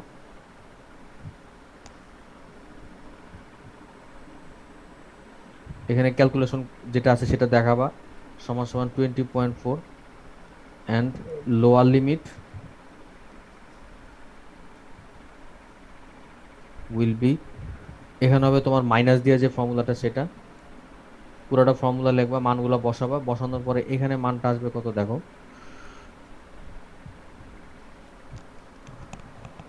19.56। আচ্ছা, তাহলে আনসার কি হবে? So the 95% confidence interval or sir দুটোর জন্য বের করতে হবে 95 99, আপার লিমিট লোয়ার লিমিট দুটোই বের করতে হবে তোমার। মানে কনফিডেন্স লেভেল কি দুটোর জন্য বের করতে হবে? দুটোটা মানে ম্যান্ডেট তো ওখানে বলাই নাই, তুই বের করবি কি? না, আমাদের শুধু 95% বলা আছে, দেখো আমাদের প্রশ্নে বলা আছে 95% বাই করতে বলছে। ওকে স্যার, এটা বলা থাকবে, এটা বলা না থাকলে আসলে করা যাবে না, এটা তোমাদের বলা থাকবে। So the 95% confidence interval for কার জন্য বাইর করতে বলছে? আমাদের বাইর করতে বলছে তোমার এই ইয়ার জন্য, ওই চিনির ব্যাগগুলোর জন্য, ফর দ্য সুগার ব্যাগস আর। এখন এই মানটা বসায় দেব। ফার্স্ট হলো লোয়ার লিমিট, তারপর হলো আপার লিমিট, শেষ। এটি হলো তোমাদের ম্যাথের আনসার। এটা করে দেখাবা, দেখানোর পরে এই লাস্টের এই দুইটা লাইন হলো তোমার আনসার। স্যার এই লোয়ার লিমিট আপার লিমিট দ্বারা বোঝাচ্ছে কি, মানে এখান থেকে লোয়ার শুরু লিমিট করে আর আপার এরপর লিমিট বলতে দিয়ে হবে। বুঝাইতেছে যে তোমার অ্যাকচুয়ালি এই মানটা হাইয়েস্ট কতটুকু হইতে পারে এবং লোয়েস্ট কতটুকু হইতে পারে। মিস্টার রাব্বি তুমি কই এখন? স্যার আমি গ্রামের বাড়িতে হাঁসের ডাক শুনতেন, তাই না? হ্যাঁ, আমি অনেকদিন পরে হাঁসের ডাক শুনলাম, সেজন্য বললাম যে তুমি কই গেলা। আমি আচ্ছা, পুকুর পাড়ে বসে বসে ক্লাস করতে। আমি ভাবছিলাম কি জানি ট্রাক্টর চালাই। খুবই রোমান্টিক, তুমি পুকুর পাড়ে বসে ক্লাস করতেছো, তুমি কত লাকি, তুমি কত রোমান্টিক একটা পরিবেশে আছো। আচ্ছা, ওকে, তো ইন্টারভাল এস্টিমেটের একটা এক্সাম্পল দেখো। এখানে আমরা যেটা করছি, তোমার লাইফ এক্সপেক্টেন্সি আমি এখানে কয়েকটা দেশের জন্য লাইফ এক্সপেক্টেন্সি দেখাইছি। তো এখানে দেখো, এই যে মাঝখানের লাইনটা, এটা হচ্ছে তোমার পয়েন্ট এস্টিমেট, যে আগামী এত বছর পর্যন্ত 2100 সাল পর্যন্ত লাইফ এক্সপেক্টেন্সি কত হবে, মানুষ কত বছর পর্যন্ত বাঁচতে পারে, সেটা আমি এখানে এই লাইনটা দিয়ে দেখাইছি। আর এটার ইন্টারভাল এস্টিমেট যেটা, যেটা হাইয়েস্ট কতটুকু পর্যন্ত যাইতে পারে এবং লোয়েস্ট কতটুকু পর্যন্ত যাইতে পারে, এটা দেখানো হয়েছে এই ডটেড লাইনগুলো দিয়ে। দেখতে পারতেছো সবাই? তো এই আপার লিমিটটা, উপরের মানটা কত হবে, এটাই আমরা বের করছি আমাদের এখানে আপার লিমিট দিয়ে আমাদের এই প্রবলেমটার জন্য। আর লোয়ার লিমিট যেটা, সেটা আমরা বের করতেছি তোমার এই প্রত্যেকটা এই লোয়ার ভ্যালুটা দিয়ে। তো এখন আমাদের এখানে কেসটা আরো কমপ্লিকেটেড, কারণ আমাদের এখানে প্রত্যেকটা বছরের জন্য একটা করে মান, তিনটা করে মান আছে, একটা পয়েন্ট মান এবং তার আপার লিমিট এবং লোয়ার লিমিট। এভাবে করতে করতে আস্তে আস্তে দেখো জিনিসটা কিন্তু বাড়তে থাকবে, কারণ যত দূরে যাবে তত কিন্তু আমার প্রবাবিলিটিটা কিন্তু আস্তে আস্তে তোমার বড় এরিয়া নিবে, যে এতটুকুর মধ্যে থাকতে পারে। তোমরা কি আমার এক্সাম্পলটা বুঝতে পারতেছো এবং দেখতে পারতেছো? ইন্টারভ্যাল এস্টিমেশনের এক্সাম্পলটা আমি এখানে 6টা দেশের লাইফ এক্সপেক্টেন্সি দেখাইতেছি। আচ্ছা, এখন তোমরা আমার একটা প্রশ্ন উত্তর দাও। লাইফ এক্সপেক্ট আমাদের এই যেটা ইন্টারভ্যাল এস্টিমেট যেটা, এটা কি বেশি বড় হইলে ভালো না ছোট হইলে ভালো? ইন্টারভ্যালটা কি বেশি ছড়ানো হইলে ভালো না কম ছড়ানো হইলে ভালো? স্যার কম ছড়ানো। কম ছড়ানো স্যার। কম ছড়ানো হইলে ভালো, তার মানে কি আমার তখন আমি শিওর যে এটা খুব অল্প এরিয়ার মধ্যেই থাকতেছে নাকি? জি স্যার, এটা রেজাল্টের অ্যাকুরেসি সম্পর্কে শিওর। এখন কথা হলো, এটা কি সব জায়গায় অ্যাপ্রোপ্রিয়েট? সব কেসে কি এটা অ্যাপ্রোপ্রিয়েট? যেমন তোমাদের ইন্ডাস্ট্রি লেভেলে কথাটা ঠিক আছে, কিন্তু সব জায়গায় কি ঠিক আছে কথাটা? স্যার যেখানে র্যান্ডমনেস বেশি চাই, মানে হচ্ছে বেশি ছড়ানো ছিটানো মান চাই, কোনো কোনো জায়গায় কিন্তু আমরা র্যান্ডমনেসটা বেশি চাই। যেমন মনে করো, এই যে আমরা এখন তোমাদের যে এক্সাম্পলটা দেখছি লাইফ এক্সপেক্টেন্সির বেলায় কিন্তু যতটা বেশি ছড়ানো হবে ততই কিন্তু ভালো। যেমন আমরা গত 2 বছর আগ পর্যন্ত মানুষের লাইফ এক্সপেক্টেন্সি যে হিসাবটা করছি, এই করোনা কিন্তু সবকিছু উল্টাপাল্টা করে দিছে। দেখা যাচ্ছে আমাদের এই মাঝখানের অরিজিনাল ভ্যালুটা যদি চেক করি, দেখা যাবে যে এই রেঞ্জের বাইরে চলে গেছে। কারণ যত লোক মারা যাওয়ার কথা তার চেয়ে অনেক বেশি মারা গেছে নর্মালের সময়ের চেয়ে, করোনার কারণে। যেই কারণে কোনো কোনো কেসে আমরা বলি যে এই ইন্টারভালটা বেশি বড় হইলে ভালো। কোনো কোনো ক্ষেত্রে, সব জায়গায় না, কোনো কোনো ক্ষেত্রে এটা নর্মালের চেয়ে মানে কম চিকন হইলেই ভালো, বরং এটা মানে ছড়ানো থাকলে আমাদের জন্য ভালো। ওকে, তো আমার এই এস্টিমেশন টপিকটা এখানেই শেষ। তো আমার পরের টপিক যেটা, সেটা শুরু করার আগে আমার মনে হয় একটা 5 মিনিটের ব্রেক নিলে ভালো হয় নাকি? হ্যাঁ স্যার। আচ্ছা, তাহলে আমার ঘড়িতে এখন বাজে 12টা 10। আমি ইনশাল্লাহ 12টা 16-তে আবার শুরু করবো, ঠিক আছে? 12টা 16-তে আবার দেখা হবে। তবে এই টপিকটার পরে আমি আর পড়াই না, কারণ অলরেডি সিলেবাস যথেষ্ট বড় হয়ে যায় একটু পড়াইতে, এর জন্য আমি আর ফার্দার তোমাদের পেইন দিতে আগ্রহী হই না। আচ্ছা, আমি শুরু করতে পারি? Ladies and gentleman. Okay sir. আচ্ছা, ওকে স্যার, তো ঝিমাই করতেছো, আনন্দের সাথে বলো। তুমি পুকুর পাড়ে রোমান্টিক পরিবেশে ক্লাস করতেছো এবং এটাই শেষ, এরপরে তোমাদের আমি আর পড়াবো না। আচ্ছা স্যার, আগের এখানে যে ফর্মুলা দুইটা ছিল না, হ্যাঁ, তো ওখানে কি মানে ওই যে ভ্যালু যে 95% 99% সবসময় মানে ভ্যালুটাকে অলওয়েজ ওইটাই থাকবে কনফিডেন্স লেভেলটা? এর চেয়ে যদি কমায় দাও কনফিডেন্স লেভেল, তাহলে আর কিছু থাকে? তুমি 95% শিওর, তুমি কিন্তু এমনিই তারা কিন্তু কোনো ইয়ার মান দিতেছো না। যখন নাকি তুমি যখন কনফিডেন্স ইন্টারভাল বানাইতেছো বা প্রেডিকশন ইন্টারভাল যখন তুমি দিতেছো, আলটিমেটলি এমনি কিন্তু আমরা কোনো ফিক্সড ভ্যালু দিতেছি না। আমি বলতেছি যে এই রেঞ্জের মধ্যে আছে, কারণ এই রেঞ্জও তুমি যদি 95 বা 99% যদি আরো অনেক বড়, আরো কম চাও, তাহলে কিন্তু রেঞ্জটা আরো বড় হয়ে যাবে, তো সেটা তো কোনো কাজে লাগবে না। স্যার 95 আর 99 ছাড়া তো অন্য কিছু আসবে না, তাই না? অন্য কিছু কখনো আসে না। Okay sir. অন্য কিছু কখনো আসে না। তবে তোমাদেরকে আমি যে এক্সাম্পলটা দেখাইছি একটু আগে, যে কিছু কটা গ্রাফ দেখাইছিলাম না, মনে পড়ে? আমি আমার ফাইলটা বন্ধ করে ফেলছি। যে গ্রাফটা দেখাইছিলাম, ওইটা যখন আমরা এস্টিমেট করি, আমরা 50% কনফিডেন্স ইন্টারভ্যালও করি। প্র্যাকটিক্যাল লাইফে অনেক কিছু আসতে পারে, তবে ওইটা নিয়ে আপাতত মাথা গরম করার দরকার নেই। আপাতত তোমাদের পরীক্ষাটা পার করে দাও। রিয়েল লাইফে গেলে অনেক রকম অনেক কিছু আসতে পারে। সেক্ষেত্রে কি মানে কি মানে অন্য ফর্মুলা আছে মানে বের করার জন্য যদি লেভেলটা অন্য কিছু হয়? বাবারে, আমি এখানে মাত্র একটা কেস দেখাইছি, তাও একদম সিম্পল কেসটা, এটা অনেক রকম হতে পারে। এটা মানে অনেক জানার রকম জন্য আর কি হইতে স্যার, হ্যাঁ। হ্যাঁ না, তোমার জানা এটা তোমার জানা রাইট আছে। কথা হচ্ছে কি, এই যে দেখো, এটা যখন তোমাদের পড়াই আমি দেখাইলাম না যে তোমার টেস্ট স্ট্যাটিস্টিক থেকে এটা আসছে, মনে পড়ে? দেখো এই ফর্মুলাটার এদিক সেদিক করে কিন্তু জিনিসটা আসছে, দেখো তো চিনা যায় কিনা, দেখো।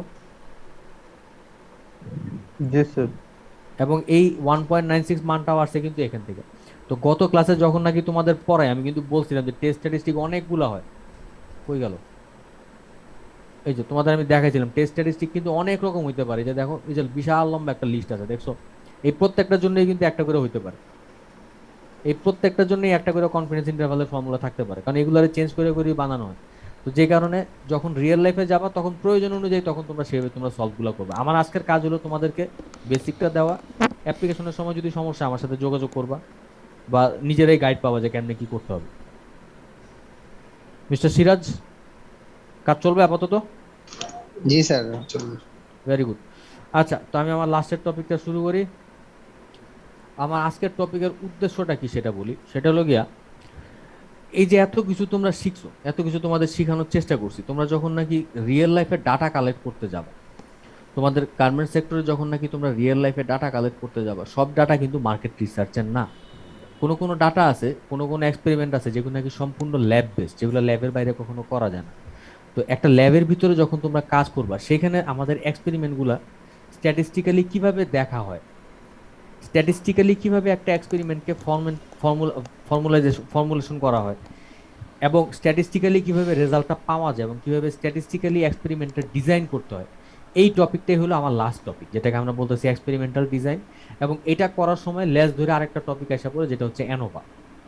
আচ্ছা, অ্যানোভাটাতে পরে যাই। তো উদ্দেশ্য আমাদের যেটা, আমরা এখন শিখতে চাই যে কিভাবে একটা এক্সপেরিমেন্টকে স্ট্যাটিস্টিক্যালি একটা এক্সপেরিমেন্ট করার জন্য ডিজাইনটা কেমনে করতে হবে, এটা আমরা এখন শিখতে চাই। তো এখন কথা হয়েছে কি, আমাদের উদ্দেশ্য যেটা থাকতেছে, আমরা চাইতেছি যে এই ক্লাসটা করার পরে তোমরা এই এক্সপেরিমেন্টগুলো ডিজাইন করা শিখো, বেসিক আইডিয়ার অন্তত পাও, এবং এক্সপেরিমেন্টাল ডিজাইন কোনটা চয়েস করতে হবে এই আইডিয়াটা তোমরা পাও। এটি হচ্ছে আমার আজকের ক্লাসের আউটকাম, আমি আশা করতেছি।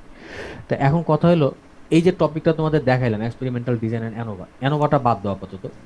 এই এক্সপেরিমেন্টাল ডিজাইনের যে টপিকটা, এই টপিকটার অ্যাপ্লিকেশন গার্মেন্টস সেক্টরে অনেক পরে আসছে। কারণ হলো গিয়া, অ্যাকচুয়ালি অরিজিনালি এই টপিকটা গার্মেন্টস বা কোনো ইন্ডাস্ট্রির জন্য ডেভেলপ করা হয়নি। এই টপিকটা অ্যাকচুয়ালি আসছে কৃষিকাজ থেকে। আমি অনেস্টলি বলতেছি, এই টপিকটা প্রথম ডেভেলপ করা হয়েছিল যখন তোমার মানুষ, তোমার এগ্রিকালচার বেসড ইকোনমি ছিল, তখনই অ্যাকচুয়ালি এই টপিকটা প্রথম বানানো হয়, তখনই ডেভেলপ করা হয়। এবং অনেক দেরিতে, মনে করো 1950-60-এর দিকে এসে গার্মেন্টস সেক্টরে এবং ইন্ডাস্ট্রিয়াল, মেনলি গার্মেন্টস সেক্টরে তারা রিয়েলাইজ করলো যে এই জিনিসের সাথে ক্ষেতের অনেক মিল আছে, আমরা এই টপিকটা আমাদের ফিল্ডে যদি আনি আমরা খুব ভালো কিছু কাজ করতে পারবো। এবং তখনই অ্যাকচুয়ালি এই সাবজেক্টটাকে তোমাদের সাবজেক্টের মধ্যে ইউজ করা শুরু হলো।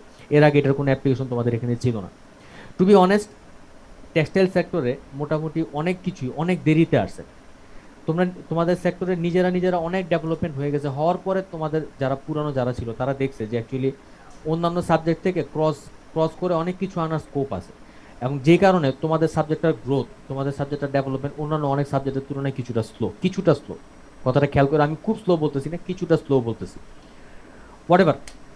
তো এখন আসো, এই এক্সপেরিমেন্টাল ডিজাইন সাবজেক্টটা কই থেকে কেমনে আসছে সেটা আমি তোমাদের দেখাই। ওকে, তোমরা কি একটা ছবি দেখতে পারতেছো, একটা ক্ষেতের ছবি? জি স্যার। কেমন ক্ষেতটা দেখলে ভালো লাগে না? এরকম সবুজ ক্ষেত দেখলে মনটা ভালো হয়ে যায় না, মিস্টার ফরহাদ? জি স্যার, মানে এগুলা দেখে অভ্যস্ত, এই জন্য আর তেমন কিছু লাগে না চোখে। হ্যাঁ, তুমি কই আছো এখন? আমি আছি গ্রামে স্যার। ও আচ্ছা, তাহলে তোমার জন্য এটা কোনো ব্যাপার না, এটা তোমার জন্য ডাইল ভাত। আচ্ছা, তোমারই একটা প্রশ্ন করি, mister Farhad. Sir. Mister Farhad, মনে করো তোমার 5টা ছেলে আছে, তুমি কি মাইন্ড করবে তোমার 5টা ছেলে থাকলে?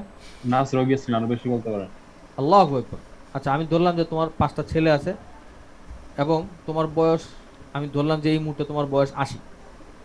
কিছু মনে করেন, আমি তোমার দিয়ে একটু এক্সপেরিমেন্ট করতে চাইতেছি। তোমার বয়স এখন 80, তোমার ছেলে আছে 5টা। তাহলে এখন এই যে সামনে যে ক্ষেতটা দেখতেছো, মনে করো এই বিশাল জমিটার মালিক একমাত্র তুমি, আর কেউ মালিক নেই। Okay sir. তো এখন তুমি চাইতেছো এই জমিটা তোমার 5 ছেলের মধ্যে ভাগ করে দিতে। ওকে। তো বাংলাদেশের পার্সপেক্টিভ তোমার বড় ছেলেরে তুমি কোন জায়গাটা দিবা? স্যার রাস্তা থাকলে রাস্তার পাশেরটা দিব। আচ্ছা, রাস্তা থাকলে রাস্তার পাশেরটা দিবে, আর না থাকলে? না থাকলে যেখানে হচ্ছে গিয়ে ওই সেচ ব্যবস্থা ভালো আছে, মানে সাথে খাল আছে এরকম টাইপের থাকে। আচ্ছা, আর? এছাড়া তো ছাড়া আর কিছু বুঝতেছে না। তার মানে তুমি তোমার বড় ছেলের কোন জায়গাটা আসলে দিতে চাও, যদি এক কথায় বলতে চাও, কোন জায়গাটা, যে জায়গাটা মানে সবচেয়ে ভালো সেটা? মানে কাল্টিভেশনের জন্য যেটা হচ্ছে ভালো হবে ওটাই। কাল্টিভেশনের জন্য যেটা সবচেয়ে ভালো সেটা, আচ্ছা। কারণ কি? মানে ওকে হচ্ছে আমি বেশি প্রায়োরিটি দিচ্ছি সব থেকে। হ্যাঁ, কারণটা কি? কারণের সাথে স্ট্যাটিস্টিক্সের কোনো সম্পর্ক নেই, আজকের টপিকেরও সম্পর্ক নেই, কিন্তু কারণটা কি? কারণ স্যার বড় ছেলে দেখেছে ইন্সপায়ার হয়েছে। মিস্টার ফরহাদ, তুমি সবার বড় ছেলে নাকি? মোটামুটি মানে ইয়েস স্যার। মোটামুটি মানে এটা তো আরো কনফিউজিং। হ্যাঁ, আমার একটা বড় বোন ছিল, ওই থেকে বললাম আর কি। আচ্ছা, বাংলাদেশে, আচ্ছা ঠিক আছে, ইসলামী আইন অনুযায়ী মেয়েরা কতটুকু প্রপার্টি পায় আমি জানি, কিছু কিছু জানতে পারছি, জানি না, খুব মজা পাইছি। হোয়াটএভার। তো তুমি তোমার বড় ছেলের সবচেয়ে বেশি প্রায়োরিটি দিতেছো। ওকে, এটার কারণ মানে বাংলাদেশে যেটা দেখা হয়, বাংলাদেশে বা ইন্ডিয়ান সাবকন্টিনেন্টে বা এরকম আরো অনেক থার্ড ওয়ার্ল্ডের দেশে যেটা দেখা হয় যে তোমার তারা তার মানে একটা ফেইথ কাজ করে, বা আমাদের সোশ্যাল স্ট্রাকচারটা এরকম যে গেস করা হয় যে মেয়েরা বিয়ের পরে শ্বশুর বাড়ি চলে যাবে বা আলাদা হয়ে চলে যাবে। তো তোমার সবচেয়ে বড় যে ছেলে সেই হয়তো বাপ মায়ের দেখাশোনাটা করবে বেশি বয়স হলে, বা বড় ছেলের পরে যে আছে সে করবে, বা কোনো কোনো স্ট্রাকচারে দেখা যায় সবচেয়ে ছোট যে বা অন্য কোনো একটা ছেলে হয়তো তোমার এই কাজটা করে। এবং দেখা যায় কি, তুমি যে বড় ছেলের কথাটা বলছো, ঠিক বড় ছেলে না, যেই ছেলেটার উপরে বেশি এক্সপেকটেশন থাকে যে সে বাপ মার বেশি দেখাশোনা করবে, সাধারণত তার এই বেস্ট জায়গাটা দেওয়ার চেষ্টা করা হয়। এক্স্যাক্টলি স্যার, এটাই। আচ্ছা, ওকে। তো এখন কথা হলো, তুমি তোমার বেস্ট জায়গা যখন ডিফাইন করছো, তুমি ডিফাইন করছো কিভাবে, তুমি কি কন্ডিশন দিছো? তুমি কন্ডিশন দিছো যে তোমার যে জায়গাটা কাল্টিভেশন ভালো হয় সেটা, অথবা তুমি বলতেছো যে জায়গাটাতে নাকি তোমার সেচ ভালো, তোমার আহ, যেটাতে সেচ ব্যবস্থা ভালো, অথবা বলতেছো যেটা রাস্তার পাশে আছে। কারণ আমরা জানি যে বাংলাদেশে এই দুই জমির মাঝখানে যে বর্ডার, এটা নিয়ে খুনাখুনি তো খুব কমন কেস বাংলাদেশে, নাকি? Yes sir. তোমার কাউকে খুন করার ইচ্ছা আছে নাকি, বলো? ছিল, আস্তে আস্তে কমতেছে। আল্লাহু আকবার, আল্লাহু আকবার। আচ্ছা, তাহলে এখন দেখো, তো অরিজিনালি তোমরা ট্র্যাডিশনালি দেখবা যে যখন নাকি তোমার এরকম জমির মধ্যে এরকম ভাগাভাগি গুলা করে, বা এরকম ছোট ছোট আল যেগুলা বসে, আল বলে বোধহয়, দুইটা ছোট জায়গায় ভাগ করার জন্য, এটা যখন করে তখন কিন্তু ন্যাচারালি কয়েকটা জিনিস তারা চিন্তা করে যে তোমার জমির কোন পাশটা কিরকম ফসল দেয়, এবং সেই অনুযায়ী কিন্তু দেখবা যে তারা কিন্তু জমিগুলোর অনেকগুলো লম্বা লম্বা ভাগে ভাগ করে। যেমন দেখো, এই যে এটা একটা লম্বা ভাগ, এটার মধ্যে আবার ছোট ছোট কয়েকটা, আরো কয়েকটা ছোট ভাগ করছে। পাশেরটাও দেখো একটা টানা লম্বা ভাগ, তার মধ্যে দেখো একটা ছোট ছোট ভাগ আছে। এবং দেখো পুরাটা জমিরে কিন্তু তারা যতটুকু সম্ভব, বাইরের বর্ডারটাতে তারা পারে না, কিন্তু পুরা জমিটারে কিন্তু এরকম লম্বা লম্বা কিছু লাইনে ভাগ করে নেয়, এবং লাইনগুলোর মধ্যে আবার ছোট ছোট কিছু ভাগ করে। এই প্লট টাইপের ছোটগুলো হচ্ছে প্লট টাইপের, এক্স্যাক্টলি। তোমার এটা তুমি রিয়েল এস্টেট চিন্তাতে বলো, বা তোমার এগ্রিকালচার চিন্তাতেই বলো। তো এখানে দেখো, প্লট যেভাবে ভাগ করুক, এই লম্বালম্বি যে ভাগ করে করে এটা কিন্তু পুরান আমল থেকে চলতেছে। এবং এই লম্বালম্বি ভাগ করার লজিকটা খুব সিম্পল, যে একই ভাগে যে জমিগুলা পড়ছে, একই লম্বা দাগ বরাবর যে জমিগুলা পড়ছে, এগুলো সাধারণত একই রকম থাকে, এগুলোর মধ্যে হোমোজেনিটি থাকে। আমি কি Yes, ভুল sir. বলছি? তোমরা No, দেখো, sir. তোমরা যে কোনো জায়গায় চেক করে দেখতে পারো, এটা কিন্তু হয়। তো এখন দেখো, তার মানে দেখো, আমরা এই স্ট্যাটিস্টিক্স সাবজেক্ট বানানোর বহুত বছর আগে, আমরা এগ্রিকালচারে কিভাবে লাভ হয় তার চিন্তা করার বহুত বছর আগে থেকে, হাজার হাজার বছর ধরে কিন্তু কৃষকরা এই জিনিসগুলো ইউজ করে আসতেছে। তার মানে কি, তারা বছরের পর বছর তারা যখন নাকি এই সার দিতেছে বা তোমার গোবর দিছে, যখন যেটা যে ন্যাচারাল ফার্টিলাইজার বা কেমিক্যাল ফার্টিলাইজার তারা ইউজ করছে, বা তোমার যখন নাকি কোনো একটা ধান বা গম যেটাই তারা এখানে রোপণ করছে, তারা দেখছে যে কোন পাশটাতে ফসল বেশি হয়, বিভিন্ন ক্রাইটেরিয়া উল্লেখ করে তারা দেখছে, এবং সেখান থেকেই তারা কিন্তু দেখো জায়গাগুলোর বিভিন্ন ভাগে ভাগ করছে। তাহলে এখন দেখো, এরপরে তারা যখন নাকি তোমার একটা একটা ফসলের সাইকেল চিন্তা করো, প্রথমে কি কি কাজ করবে, প্রথমে বাংলাদেশের যদি চিন্তা করো, ফার্স্টে তারা পুরাটা জমির একবার কি করবে, ওই যে কি বলে এটা, খোদাই করা বলে। ফার্স্টে তোমার পুরাটা জমি তারা খুঁজবে, পুরাটা একবার ভালো মতো চাষ করবে, করার পরে কি করবে, তোমার সবগুলা দিবে, তোমার ওই বীজগুলা তারা সবগুলা জায়গায় দিবে, দেওয়ার পরে সার দিবে, কীটনাশক লাগলে কীটনাশক দিবে, তারপরে পানি লাগলে পানি দিবে। এবং দেখো, এখানে কিন্তু তাদেরকে একটা জিনিস ভালো হেল্প করে, তারা দেখে যে তোমার কোন পার্টটাতে কতটুকু লাগে, তাদের আগের থেকে আইডিয়া থাকে, কারণ তারা বছর পর বছর ধরে দেখে অভ্যস্ত যে কোন কোন সাইডটাতে কোনটা বেশি লাগে, রাইট? Yes, sir. এবং তারপরে তাদের যখন নাকি রেজাল্টটা আসে, যখন নাকি তারা ফসলটা তুলে, তারা কিন্তু দেখে যে জমির পুরা জায়গাতে একরকম আসে নাই, তাদের যেখানে যে এক্সপেকটেশন তারা সেটাই কিন্তু সেভাবে পায়। তো এখন এই কনসেপ্টটার উপর বেস করে অ্যাকচুয়ালি এই এক্সপেরিমেন্টাল ডিজাইন সাবজেক্টটাকে ডেভেলপ করা হয়েছে। এবং এখানে যেটা করা হয়েছে, ওই জমির যে কনসেপ্টটা ছিল সেটাকে কাজে লাগানো হয়েছে। যখন তুমি এক্সপেরিমেন্ট করবে একটা ল্যাবের মধ্যে, তারা তখন ধরে নেয় যে ধর একটা কাপড়কে তুমি কিন্তু এরকম একটা ক্ষেতের মতো চিন্তা করতে পারো। চিন্তা করে দেখো, একটা কাপড়, একটা লম্বা, একটা 100 গজ লম্বা একটা কাপড় আছে, ওটা কিন্তু তুমি চাইলে একটা জমির সাথে চিন্তা করতে পারো। কারণ কাপড়টা সব জায়গাতে কিন্তু তুমি যত মডার্ন, যত আধুনিক মেশিন ইউজ করো, কাপড়ের ফেব্রিকের কোয়ালিটি কিন্তু সামান্য হলেও এদিক সেদিক হইতে পারে, থ্রেড কাউন্ট সামান্য হলেও কিন্তু এদিক সেদিক হইতে পারে। যখন কাপড়টার মধ্যে তুমি টেম্পারেচার ইউজ করবা, পুরা কাপড়ের সেম টেম্পারেচার দেওয়ার পরে দেখবা যে হয়তো রং অ্যাপ্লাই করার পরে পুরা কাপড়টাতে সেম রকম রং আসবে না, হয় যে কারণে তোমার 2 বার 3 বার হয়তো ফেব্রিক কালার ইউজ করা লাগতে পারে। লাগে না? তোমরা যখন পড়াশোনা করছো, ল্যাবে গেছো, পাও না এরকম কখনো? পাইছো? এরকম ল্যাব করিনি এখনো স্যার। আচ্ছা, যখন করবা তখন দেখবা যে এটা কিন্তু ভেরিয়েশন একটা থাকবেই। কারণ তুমি কখনোই ইউনিফর্মিটি পুরো জায়গায় এনশিওর করতে পারবে না, সামান্য এদিক সেদিক থাকবে। তো একটা জমির সাথে তুমি যদি একটা কাপড়ের চিন্তা করো, আলটিমেটলি দেখবা জিনিসটার মধ্যে অনেকটা মিল তুমি পাবা। তো যেখান থেকে তোমার এই বেসিক এক্সপেরিমেন্টাল ডিজাইনটা করা হয়েছিল, এই এক্সপেরিমেন্টাল ডিজাইন সাবজেক্টটা করা হয়েছিল যে একটা জমির মধ্যে কিভাবে তোমার স্ট্যাটিস্টিক্যাল অ্যানালাইসিসটা করা যায়। এবং পরে যখন নাকি দেখছে যে কাপড়ের মধ্যেও সেম ভাবে চিন্তা করা যায়, তখন এই এক্সপেরিমেন্টাল ডিজাইন সাবজেক্টটারে তোমাদের টেক্সটাইল সেক্টরের মধ্যে আনা হয়েছে অ্যাপ্লিকেশনের জন্য। আচ্ছা, তাহলে এখন দেখো, আমরা যখন এই এক্সপেরিমেন্টাল ডিজাইন সাবজেক্টটা নিয়ে কাজ করবো, তাহলে এই সাবজেক্টটা, তাহলে এই সাবজেক্টের মধ্যে তাহলে আমাদের কি কি জিনিস লাগবে, আমাদের বেসিক টার্মগুলো কি হবে? প্রথম টার্মটা হবে তোমার ট্রিটমেন্ট। ট্রিটমেন্ট জিনিসটা কি?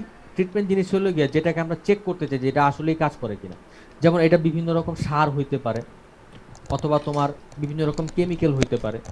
কেমিক্যাল মানে কি? মনে করো ধরো সারের মতোই অন্য কোনো কেমিক্যাল যদি আমরা ইউজ করি যে যেটা দিলে আমার ফসল বাড়তে পারে। আচ্ছা, অনেক সময় দেখা যায় কি যে একরকম সার না দিয়ে কয়েক রকম সার মিলিয়ে দেওয়া হয়, তো তখন বলা হয় সেটা হচ্ছে একটা ট্রিটমেন্ট কম্বিনেশন। যখন নাকি এরকম কয়েকটাকে মিলিয়ে আমরা ইউজ করি, তখন আমরা সেটাকে বলি ট্রিটমেন্ট কম্বিনেশন। আচ্ছা, তারপরে দেখো, আমরা এই যে জায়গাটার মধ্যে ছোট ছোট অনেকগুলো ভাগে ভাগ করছি না, এটা লাইন ধরেই বলো বা লাইন ছাড়াই বলো, অনেকগুলো ছোট ছোট ভাগে ভাগ করছি না? দেখো তো লেডিজ এন্ড জেন্টলম্যান, দেখা যায়? তোমরা যেটাকে প্লট বলছিলা। জি স্যার। আচ্ছা, এই প্লট যে জিনিসটা, এটাকে বলা হয় এক্সপেরিমেন্টাল ইউনিট বা ইউনিট, অথবা এটাকে প্লটও বলা হয়। দুইটা জিনিস আলটিমেটলি সেম। অর্থাৎ আমরা যেই জায়গায় এক্সপেরিমেন্টটা করবো, এটা কাপড় হইলে কাপড়, এটা যদি তোমার ফসল, যদি কোনো ক্ষেত হয় ক্ষেত, ক্ষেতের যে সবচেয়ে ছোট যে পার্টটা, সবচেয়ে ইউনিট যেটা, একদম ইউনিট যেটা, একদম ছোট যে পোর্শনটা, সেটাকে আমরা বলি একটা ইউনিট, অথবা এক্সপেরিমেন্টাল ইউনিট, অথবা এটাকে বলা হয় একটা প্লট। আচ্ছা, তারপরে দেখো, এই যে তোমার একই জাতীয় প্লটের যে কালেকশনটা, এই যে একই আমরা যেটা বললাম যে একটা লাইনের মধ্যে যে ক্ষেতগুলো পড়ছে, এই ক্ষেতগুলো একই রকম, এই ক্ষেতগুলোতে এই পার্টিকুলার লাইনটার মধ্যে, এই লাইনের যে ছোট ছোট প্লটগুলো পড়ছে, এরা একই রকম ফার্টাইল, বা এগুলোর মধ্যে পোকামাকড় একই রকম হয়, একই কোয়ান্টিটির, একই অ্যামাউন্টের সার আমি সবগুলোতে দিয়ে গেলে হবে, একই অ্যামাউন্টের কীটনাশক সবগুলোতে দিয়ে গেলে হবে। তাহলে দেখো, এই হোমোজেনাস প্লটের এই যে কালেকশনটা, যে লাইনটা, এটাকে বলা হয় একটা ব্লক। আমি আবার বলতেছি, এই হোমোজেনাস প্লটের যে একটা লাইন, সেটাকে আমরা বলতেছি একটা ব্লক। এই যে লাইনটা, এই লাইনটাকে আমরা বলতেছি একটা ব্লক। আচ্ছা, তো এখন দেখো, আমরা এই যে সার দিলাম অথবা তোমার কীটনাশক দিলাম, এই যে বিভিন্ন জিনিস আমরা অ্যাপ্লাই করতেছি, এই যে সারটা অথবা এই কীটনাশকটা, এই যে ট্রিটমেন্টগুলা, এগুলাকে আমরা আরেকটা নাম হচ্ছে একটা ফ্যাক্টর। এই ফ্যাক্টর টার্মটা কেন ইউজ করা হয়? কারণ হচ্ছে কি, মনে করো ধরো তোমার ট্রিটমেন্ট একটা না দিয়ে আমরা কিন্তু কয়েক রকম ট্রিটমেন্ট দিতে পারি, ভিন্ন ভিন্ন ট্রিটমেন্ট দিতে পারি। ট্রিটমেন্ট কম্বিনেশনের কথা আমি বলতেছি না, যে মনে করো একটা জমিতে তুমি কীটনাশকও দিলা, সারও দিলা, আবার মনে করো তুমি পানিও দিলা, সেচ দিলা, তিনটা কিন্তু 3 আইটেম। এখানে কিন্তু কম্বিনেশন করার কিছু নাই। তুমি যদি পানি, কীটনাশক, সার তিনটা মিশাই যদি একসাথে জমিতে দাও, কিছুই হবে না। তারপর তোমার তোমার যেটা সিড, যেটা যেটা তোমার ওই যে তোমার ওই যেটা রোপণ করতেছে, যে বীজ যেটা, এটাও কিন্তু তোমার, আমি যদি 4টা মিলাই যদি একসাথে দিই, সেটা ওই ট্রিটমেন্ট কম্বিনেশন কিন্তু কোনো কাজে লাগবে না।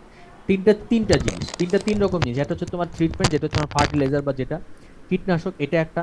আর আরেকটা হচ্ছে তোমার আমরা যে সেচ দিতেছি, পানি দিতেছি, সেটা, তারপর বীজ যেটা দিতেছি সেটা। এই প্রত্যেকটা হচ্ছে একটা ফ্যাক্টর। আমি যে আলাদা আলাদা যে জিনিসগুলো অ্যাপ্লাই করতেছি, প্রত্যেকটা হচ্ছে একটা ফ্যাক্টর। আচ্ছা, তো এই যে ফ্যাক্টরগুলো আমি আমার ক্ষেতের মধ্যে দিতেছি, আমি যে আমার এই একটা পোর্শনে দিতেছি, কোনটা কতটুকু অ্যামাউন্টে দিতেছি, এটাই হচ্ছে আমার এই ফ্যাক্টরের লেভেল। যে আমি যে ফ্যাক্টরটা অ্যাপ্লাই করতেছি ফ্যাক্টরটা কতটুকু অ্যামাউন্ট আমি প্রয়োগ করতেছি, এটাই হচ্ছে আমার সেই ফ্যাক্টরের লেভেল। আচ্ছা, তো এখন কথা হলো আমি যে এই যে সার দিলাম বা তোমার এই যে কীটনাশক দিলাম বা সেচ দিলাম, যেটাই দিলাম, এটার ফলে তো আমার ফসলের উৎপাদনে একটা চেঞ্জ আমি টের পাবো নাকি? একটা ফসল তো আমার আসতেছে আলটিমেটলি মাস শেষে, আমার 6 মাস বা 7 মাস গেলে আমি তো একটা ধান, আমি তো ধান তুলতেছি। এই যে ফসলটা পাইতেছি এটা কি বলা হইতেছে তোমার ইল্ড বা রেসপন্স ভেরিয়েবল। আর এই ফসলটার মধ্যে আমাদের এই ফ্যাক্টরটা ইউজ করার ফলে যে চেঞ্জটা আসছে সেটা হলো আমার ইফেক্ট। আমার একটা ফ্যাক্টরের যে ইফেক্ট আমরা রেজাল্টের মধ্যে দেখবো সেটা হচ্ছে ইফেক্ট। আর যে ফসলটা আমরা পাবো, আমরা যে রেজাল্টটা পাবো সেটা হচ্ছে তোমার অবজারভেশন বা মেজারমেন্ট, যেটা নাকি আমি আমার পুরো সার্কেলটা শেষ হলে পাবো। এটা যদি আমি আমার কাপড়ের রং করি, রংটা শুকানোর পরে রংটা কি কালারে আমি কাপড়টা পাইতেছি সেটা হচ্ছে আমার রেজাল্ট। এখন এটার মধ্যে মনে করো টেম্পারেচার ইউজ করছি, কোন টেম্পারেচার ইউজ করলে রংটা কতটুকু ফুটবে, এই যে টেম্পারেচারের যে রেজাল্টটা, টেম্পারেচার যে ইনফ্লুয়েন্সটা, সেটাকে আমরা বলতেছি ইফেক্ট। ওকে, অনেকক্ষণ বকবক করলাম। বাবারা তোমরা কি এই বেসিক টার্মগুলো ধরতে পারছো সবাই কিছুটা? স্যার এক্সপেরিমেন্ট ইউনিট আর প্লটের ডিফারেন্স কি আর হচ্ছে এক্সপেরিমেন্ট, লেভেলসটা একটু বলুন। আচ্ছা, এক্সপেরিমেন্ট ইউনিট আর প্লট একই জিনিস। এই যে দেখো আমি বলেও দিছি plot is nothing but an experimental unit, দুটো একই জিনিস। যে আমার এক্সপেরিমেন্ট করার যে জায়গাটা, এটা কাপড় হইলে কাপড়, ক্ষেত হইলে ক্ষেত, তার যে সবচেয়ে ছোট যে অংশটা সেটি হচ্ছে আমার একটা এক্সপেরিমেন্টাল ইউনিট বা ইউনিট, অথবা এটাকে প্লটও বলা হয়, দুইটাই তিনটেই বলা হয়। আচ্ছা, আরেকটা কি বলছো মিস্টার শিবলি? লেভেলসটা আবার একটু বলুন। লেভেলটা হলো যে মনে করো আমি একটা জমিতে আমাদের কি কি লাগতে পারে, সেচ দেওয়া লাগতে পারে, তারপরে কীটনাশক দেওয়া লাগতে পারে, সার দেওয়া লাগতে পারে। এই তিনটা প্রত্যেকটা হলো একটা ফ্যাক্টর, ঠিক আছে? এখন মনে করো সেচ তুমি কতটুকু দিবা, সেচ কতটুকু দেওয়া লাগবে, প্রত্যেকদিন সেচ দেওয়া লাগবে 3 মাস নাকি একদিন দিলেই হবে, কতটুকু অ্যামাউন্ট দেওয়া লাগতেছে, এটা হচ্ছে তোমার ওই ফ্যাক্টরের লেভেল। সার, আমি কতটুকু সার দিব, 1 কেজি সার এক বিঘা জায়গায় দিলেই হবে না 1 টন দেওয়া লাগবে, সারের যে অ্যামাউন্টটা সেটা হচ্ছে তোমার সার যে ফ্যাক্টর তার level. Sir yes sir, block মানে যেটা মানে হচ্ছে গিয়ে যদি হোমোজেনাস প্লট থাকে তাহলে they are block to each other, but যদি হচ্ছে হেটারোজেনাস হয় তাহলে কি হবে? হেটারোজেনাস হলে আর ব্লকই হবে না তখন। মানে তখন তারা একে অপরের কি? তখন তারা একে অপরের কিছুই না। ব্লক শর্তটা হবে তখনই যখন নাকি তুমি একটা টানা লাইন টানতে পারো।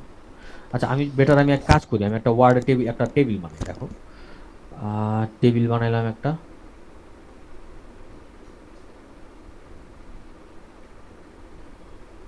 আচ্ছা, এখানে মনে করো এই জায়গাতে যেই যেই ঘরগুলা পড়ছে, এইখানে যে ক্ষেতগুলা পড়ছে, তুমি মনে করো যে এই ক্ষেতগুলো হলো একই টাইপ, ঠিক আছে? এই ক্ষেতগুলো হলো একই টাইপের, তাহলে এটা হচ্ছে তোমার একটা ব্লক। কেন ব্লক? কারণ এরা হোমোজেনাস। আবার এখানে যারা পড়ছে এরা মনে করো একই টাইপের, তাহলে এরা মনে করো হোমোজেনাস, এরা হলো তোমার আরেকটা ব্লক, ঠিক আছে? এখন যদি একরকম হইতো, প্রত্যেকটা রং যদি আলাদা আলাদা হইতো, তাহলে আর কোনো ব্লক থাকতো না, তখন এগুলো জাস্ট হইতো একটা ক্ষেত যার মধ্যে অনেকগুলো প্লট আছে, কিন্তু ব্লক নাই। ব্লক হওয়ার শর্ত হলো যে এরা অবশ্যই একই রকম হইতে হবে, কাছাকাছি একটা মিল থাকতে হবে, মিল না থাকলে এটা ব্লক না। তখন তখন এগুলো জাস্ট একসাথে থাকা কিছু plot. Mister Farhad? Yes sir. Okay, তাহলে আমি আশা ট্রিটমেন্ট আর ফ্যাক্টর স্যার একই জিনিস লাগতেছে স্যার। আচ্ছা, ট্রিটমেন্ট আর ফ্যাক্টরটা একই জিনিস, পার্থক্য হলো গিয়া যখন তুমি ট্রিটমেন্ট বলতেছো তখন তুমি শুধু একটা নিয়ে কাজ করতে পারবে।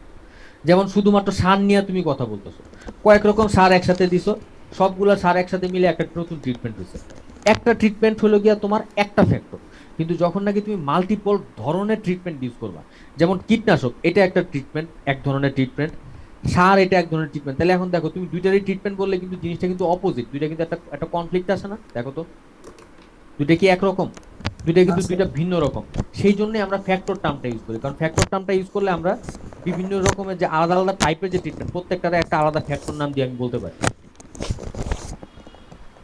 জি স্যার, বুঝছি। Very good. স্যার পরীক্ষা আসলে স্যার পারবো না স্যার কিছু। পরীক্ষা আসলে তোমরা পারবে না কারণ তোমরা online generation. Ladies and gentleman, আমার একটু আধা মিনিট সময় দাও প্লিজ। জি স্যার, কোনো কনফিডেন্সই পাই না।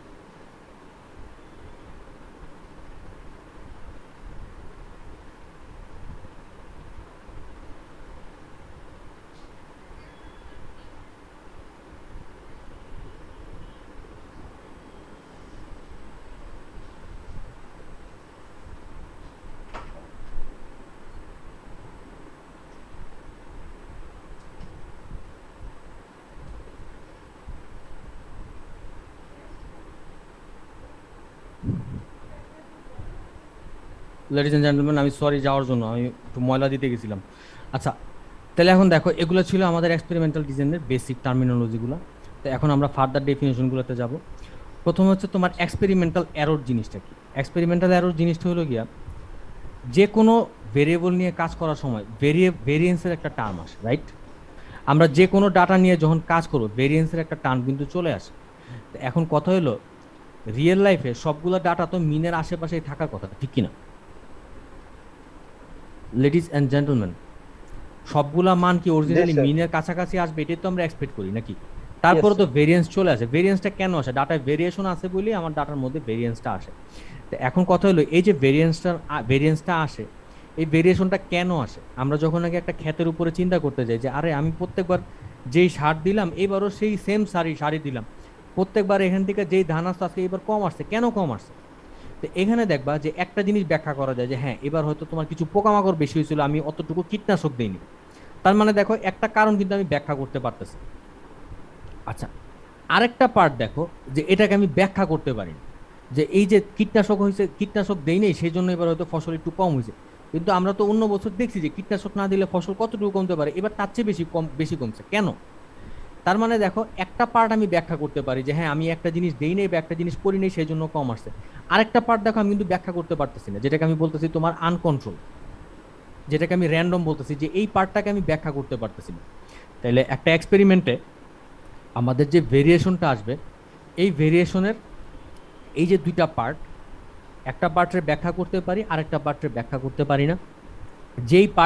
যেই পার্টটাকে আমি ব্যাখ্যা করতে পারি না সেটাকে আমি বলি এক্সপেরিমেন্টাল এরর। আমি আবার বলতেছি, একটা এক্সপেরিমেন্টে যে ভেরিয়েশন আসে, যে ভেরিয়েন্সটা আসে, এই ভেরিয়েন্সের একটা পার্ট সিস্টেমেটিক, এটাকে আমি ব্যাখ্যা করতে পারি যে হ্যাঁ যে আমি হয়তো এই কাজটা করিনি বা এই কাজটা আমি ভুল করছি, আমি জানি, সেই জন্য আমি এটা এই রেজাল্টটা এই ভেরিয়েন্সটা আসছে।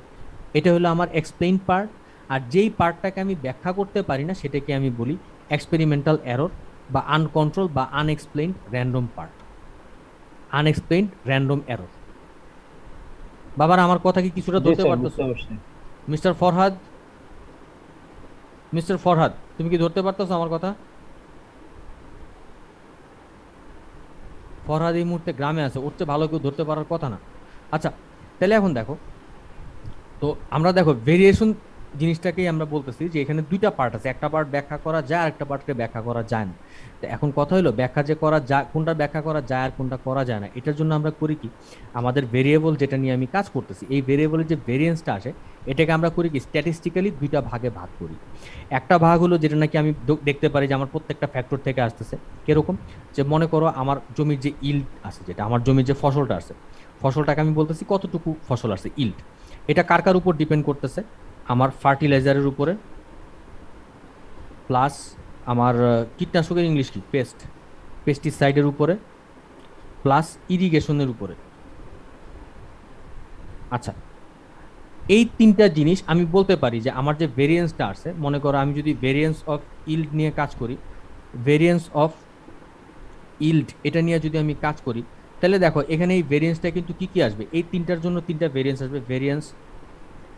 Variance 1 plus variance 2 plus variance 3। তো বাস্তবে দেখা যায় কি যে এই তিনটা ভেরিয়েন্সের যোগফল আমার অরিজিনাল ভেরিয়েন্সের সমান হয় না। এখানে আরেকটা পার্ট আছে যেটাকে আমি ব্যাখ্যা করতে পারি না, যেটাকে আমি র্যান্ডম বলতেছি। তো এই যে দেখো আমরা ভেরিয়েন্সটা যে এরকম কয়েকটা পোর্শনে ভাগ করলাম, যেখানে একটা পার্টকে আমি ব্যাখ্যা করতে পারি এক্সপ্লেনেবল, আরেকটা পার্টকে আমি ব্যাখ্যা করতে পারি না র্যান্ডম। এই যে ভেরিয়েন্সটা আমি দুইটা পোর্শনে ভাগ করলাম যে স্ট্যাটিস্টিক্যাল টেকনিক, যে মেথোডোলজি ইউজ করে, এটা কি বলা হয় অ্যানালাইসিস অফ ভেরিয়েন্স বা অ্যানোভা। তাহলে অ্যানোভা জিনিসটা কি? আমরা ভেরিয়েন্সটা যখন নাকি এরকম এক্সপ্লেইনড এবং আনএক্সপ্লেইনড দুইটা পার্টে ভাগ করতেছি, এটার যে স্ট্যাটিস্টিক্যাল প্রসিডিওর, যে স্ট্যাটিস্টিক্যাল মডেল, এটাকে আমরা বলতেছি অ্যানালাইসিস অফ ভেরিয়েন্স বা অ্যানোভা। বাবারা এটা কিছুটা স্ট্যান্ডার্ড এররের মতন লাগলো মিস্টার রাব্বি, বুঝি নাই। তা বলতেছিলাম এটা কিছুটা মনে হয় একটু স্ট্যান্ডার্ড এরর যেটা দেখে আসলাম একটু আগে। স্ট্যান্ডার্ড এররের সাথে কিছুটা মিল আছে, তবে আপাতত অত জটিলতা যায় না। আমরা ভেরিয়েন্সের জাস্ট দুইটা পার্টে ভাগ করতেছি। একটা হচ্ছে যে যেটা আমি ব্যাখ্যা করতে পারি, যেমন এই যে আমি ব্যাখ্যা করছি যে আমার এখানে ভেরিয়েন্সের একটা পার্ট আসছে এই তিনটা জিনিস থেকে, এই ফার্টিলাইজার, পেস্টিসাইড, ইরিগেশন থেকে, ভেরিয়েন্স অফ 1, ভেরিয়েন্স 2, ভেরিয়েন্স 3। আরেকটা পার্ট আমি ব্যাখ্যা করতে পারতেছি না, র্যান্ডম। এটি হলো কি আমার এই এক্সপেরিমেন্টাল এররটা, এবং এই ভেরিয়েন্সে যে আমরা এরকম দুইটা ভাগে ভাগ করলাম, এক্সপ্লেইনড এবং আনএক্সপ্লেইনড, এটি হলো গিয়া তোমার অ্যানোভা। এটা হলো এক্সপ্লেইনড প্লাস বাকিটা হলো আনএক্সপ্লেইনড।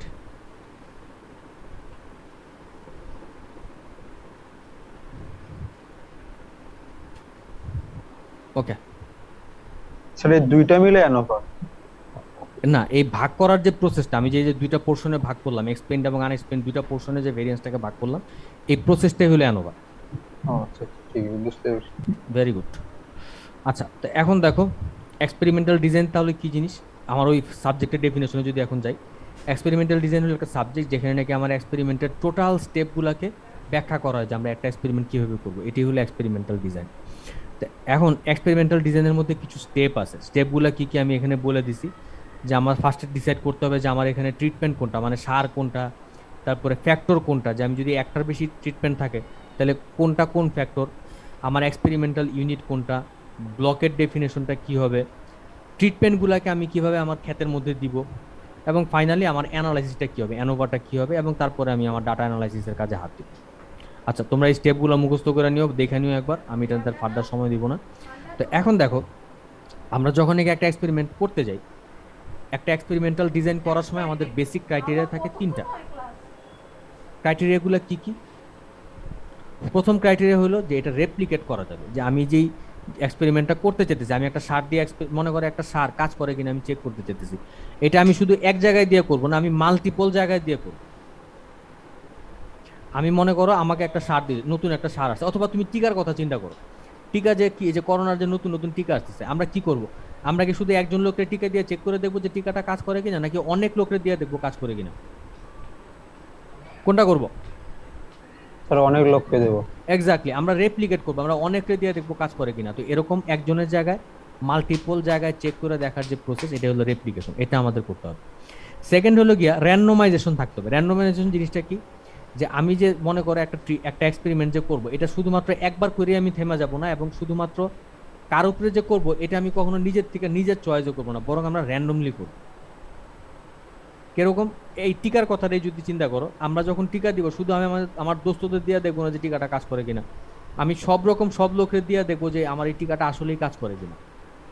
শুধুমাত্র যদি আমি হোয়াইট পিপলের দিয়ে দেখি যে এই হোয়াইট পিপলের উপরে কাজ করে কিনা, তাহলে কিন্তু হবে না। আবার শুধু যদি ব্ল্যাক পিপলের দিয়ে দেখি, তাহলে হবে না। আমার সব কিসিমের সব জেনেরিক পিপলের দিয়ে আমার দেখতে হবে যে টিকাটা কাজ করে কিনা। আর লাস্টের পয়েন্ট হলো লোকাল কন্ট্রোল, যে আমি যখন নাকি একটা এক্সপেরিমেন্ট করবো, আমাকে অবশ্যই ব্লকের কনসেপ্টটা মাথায় রাখতে হবে, যে আমার এখানে ব্লকের কনসেপ্ট যেটা, যে একই ব্লকে যারা পড়ছে, হোমোজেনিটি যে একটা আছে, একই লাইনে যারা পড়ছে এদের মধ্যে একটা হোমোজেনিটি আছে, এটাও আমাকে মাথায় রাখতে হবে একটা এক্সপেরিমেন্টাল ডিজাইন করার সময়। আচ্ছা, তো এই তিনটা কনসেপ্ট আমাদেরকে দিয়েছিল মিস্টার ফিশার, রোনাল্ড ফিশার, যারা অনেকে বলে যে স্ট্যাটিস্টিক্সের অনেক ইম্পর্টেন্ট জিনিস সে বলে গেছে। এই তিনটা জিনিসও ফিশারেরই তোমার উল্লেখ করা। আচ্ছা, তো এখন এই জিনিসগুলো উল্লেখ করে আমি তোমাদেরকে তিনটা বেসিক ডিজাইনের কথা বলবো। প্রথম ডিজাইনটা হচ্ছে তোমার কমপ্লিটলি র্যান্ডমাইজ ডিজাইন। এখানে যেটা করা হয়, ধরো আমাদের কাছে তিনটা ট্রিটমেন্ট আছে, T1, মানে তিনটা সার আছে মনে করো, বা তিনটা রং আছে, মনে করো আমাদের কাছে তিনটা রং আছে, কালার 1, কালার 1, কালার 2, কালার 3। মনে করো আমাদের কাছে তিনটা রং আছে, এটা আমরা কাপড়ে দিয়ে দেখতে চাই যে কাজ করে কিনা, কোনটাতে কিরকম কাজ করে। এটা করার জন্য মনে করো আমাদের কাছে একটা কাপড়ের টুকরা আছে, কাপড়ের টুকরাটার সাইজ হলো গিয়ে তোমার এরকম।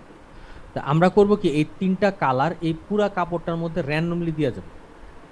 র্যান্ডমলি কেমনে দিতে পারি, যে মনে করো আমরা যে সিস্টেম, আমরা কি জানি বলে, সিম্পল র্যান্ডম স্যাম্পলিং যেভাবে করছি, যে প্রত্যেকের আসার চান্স সমান, আমরা র্যান্ডমলি দিয়ে যেতে পারি। এখানে কালার 1 দিলাম, পরেরটা কালার 1 দিলাম, কালার 3ও দিলাম, র্যান্ডমলি দিলাম, আমাদের ইচ্ছা মতো দিলাম না। ইচ্ছা মতো দিলে কি হতে পারে, মনে করো আমি পুরোটার মধ্যে খালি একটা রঙই দিলাম, অথবা তোমার একটা ফাঁকা রাখা দিলাম, সেরকম না। আমি র্যান্ডমলি দিয়ে যাবো, যেন একটা রং আরেকটা রঙের সরাসরি কোনো এফেক্ট করতে না পারে, বা পড়লেও যেন সেটা আমাদের রেজাল্টকে কোনো চেঞ্জ না আনে। আচ্ছা, এটা হচ্ছে তোমার কমপ্লিটলি র্যান্ডমাইজ ডিজাইন। সেকেন্ড ডিজাইনটার নাম হচ্ছে, তাহলে এখানে দেখো কমপ্লিটলি র্যান্ডমাইজ ডিজাইনে শুধুমাত্র একটা শর্তই ফুলফিল করে, যে আমরা এখানে রেপ্লিকেশন আর র্যান্ডমাইজেশনটা করতেছি, আমরা কিন্তু এখানে ব্লক কনসিডার করতেছি না। সেকেন্ড ডিজাইনটার নাম হচ্ছে তোমার র্যান্ডমাইজ ব্লক ডিজাইন। তো এখানে যেটা করা হয়, আমরা আমাদের এক্সপেরিমেন্টটা করার আগে আমরা এখানে ব্লকগুলোকে কনসিডার করব। ব্লকগুলারে কনসিডার করলে আমরা কি করব, মনে করো আমাদের এই যে টেবিলটা আছে, আমি যদি এটা চিন্তা করি,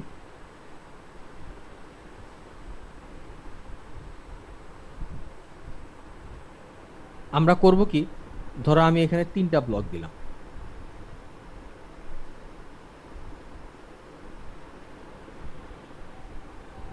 মনে করো এখানে টোটাল 5টা ব্লক আছে। হ্যাঁ, আচ্ছা কাজ করি, একটা কলাম ডিলিট করে দিই, তাহলে 4টা হয়ে যাবে। আচ্ছা তাহলে এখন দেখো এই ঘরটাতে, এরপর আমরা করব কি, এই যে এখন দেখো এখন আমাদের এখানে ব্লক আছে 4টা, ব্লক 1, ব্লক 2, ব্লক 3, ব্লক 4, 4টা ব্লক আছে। এটা হচ্ছে 1 নম্বর ব্লক, সেকেন্ড ব্লক, 3 নম্বর ব্লক, 4 নম্বর ব্লক। ব্লকগুলোকে চুজ করার পরে প্রত্যেকটা ব্লকে আমাদের যে কালারগুলো আছে, 3টা কালার, আমরা র্যান্ডমলি আমরা ভিতরে কালারগুলো দিয়ে যাব। তোমরা কি আমার কথা ধরতে পারতেছো? তো র্যান্ডমলি কালার দিবেন মানে বুঝলাম না। মানে আমরা আমাদের মানে এরকম করব না যে তোমার সব পাশাপাশি 3টাতে একই কালার দিলাম, তারপরে 3টাতে একই কালার দিলাম, এরকম না, আমরা র্যান্ডমলি দিয়ে যাব। র্যান্ডমলি দেওয়ার মানে কি, মনে করো যে তোমার সিঙ্ক্রোনাস স্যাম্পলিং এ যেটা করছি এরকম, যে প্রত্যেকটা প্লটে একটা সেম একটা যে কোনো কালার পড়ার প্রবাবিলিটি সেম, এরকম একটা র্যান্ডমলি একটা আমরা দিয়ে যাব প্রত্যেকটা ব্লকের মধ্যে। তাহলে এখানে দেখো এই ডিজাইনটাতে তাহলে কি করলো, 3টা শর্তই ফুলফিল করলো। আমরা একে তো এখানে দেখো রেপ্লিকেট করছি, কারণ আমাদের প্রত্যেকটা ব্লকের মধ্যেই প্রত্যেকটা রং যাইতেছে। র্যান্ডমাইজেশন আছে, আমরা ব্লকের মধ্যে র্যান্ডমলি আমরা রং আমাদের রংগুলোকে প্রয়োগ করতেছি, এবং লোকাল কন্ট্রোল ব্লক যেটা, ব্লকটারও কিন্তু আমরা এখানে মেনটেন করছি। আচ্ছা এরপরে আর একটা ডিজাইন খালি আছে বাকি, সেটা হচ্ছে তোমার Latin square design. Latin square ডিজাইনের বেলা, ইয়েস মিস্টার মৃধা। স্যার অনেক interesting sir. Very good, thank you very much. Latin square design যেটা, ল্যাটিন স্কোয়ার ডিজাইনে আমরা এইসব এই 3টা যে শর্ত আছে, এই 3টা শর্তরে আমরা অন্য একটা ওয়েতে কমপ্লিট করি। কিরকম, এখানে আমরা দেখব কি, আমরা আমাদের যে কাপড়ের টুকরাটা আছে বা খ্যাত যেটা আছে, এটা হওয়ার, এই ল্যাটিন স্কোয়ার ডিজাইন হওয়ার শর্ত হইলো যে এটা একটা স্কোয়ার সাইজের হইতে হবে। অর্থাৎ আমার এই খ্যাত যেটা আছে এটা অবশ্যই স্কোয়ার সাইজের হইতে হবে। এখানে রো এর সংখ্যা এবং কলামের সংখ্যা অবশ্যই সমান হইতে হবে। এটি হচ্ছে তোমার ল্যাটিন স্কোয়ার ডিজাইনের শর্ত। কন্ডিশন কি? কন্ডিশন হচ্ছে তোমার number of row and number of column same, number of row equal to number of columns, আরও আছে সমান সমান নাম্বার অফ ট্রিটমেন্টস, এটা হইতে হবে।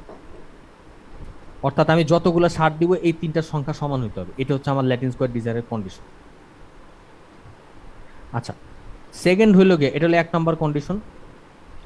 সেকেন্ড কন্ডিশন হইল none of the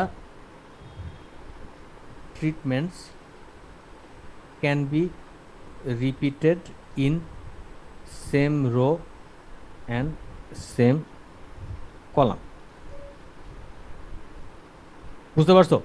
অর্থাৎ মনে করো আমার কাছে 3টা কালার আছে, এই 3টা কালারে আমার এই ক্ষেতের মধ্যে এমন ভাবে দিতে হবে যে একটা রং একই রোতে একবারের বেশি আসবে না, আবার একই কলামেও একবারের বেশি আসবে না।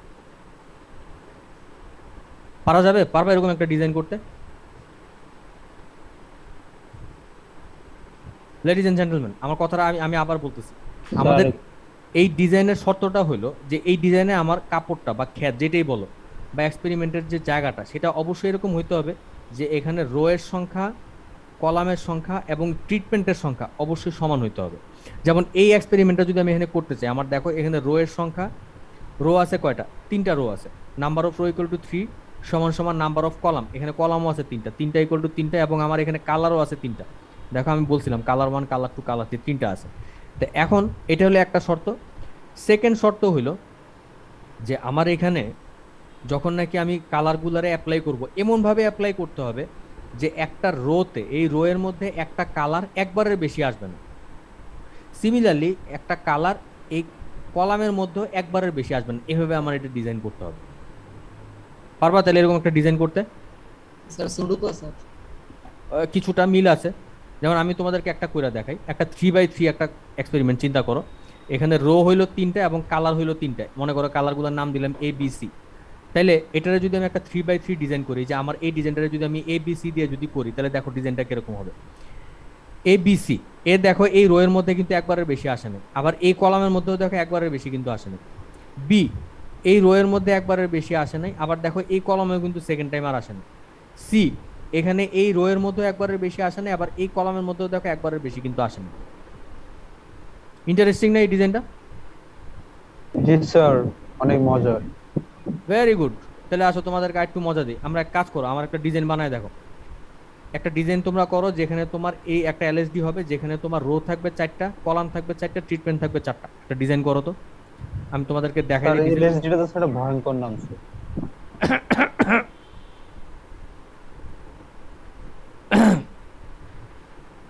আচ্ছা, তো তোমরা এই ডিজাইনটা করো। এখানে দেখো 4টা রো এবং 4টা কলাম আছে, এবং আমি আমার ট্রিটমেন্টগুলোর নাম দিয়ে দিলাম এ, বি, সি, ডি। এই 4টা ট্রিটমেন্টে তোমরা এই এই টেবিলটার মধ্যে এমনভাবে দিবা ওই আগের মতো, যেন একটা ট্রিটমেন্ট একটা টেবিলের মধ্যে, একটা রো এর মধ্যে একবারের বেশি না আসে, আবার কলামের মধ্যেও যেন একবারের বেশি না আসে। করো তো একটা ডিজাইন তোমরা, করা হলে আমার দেখাবা, শেয়ার করবা। করো একটা 4x4 এলএসডি ডিজাইন করো।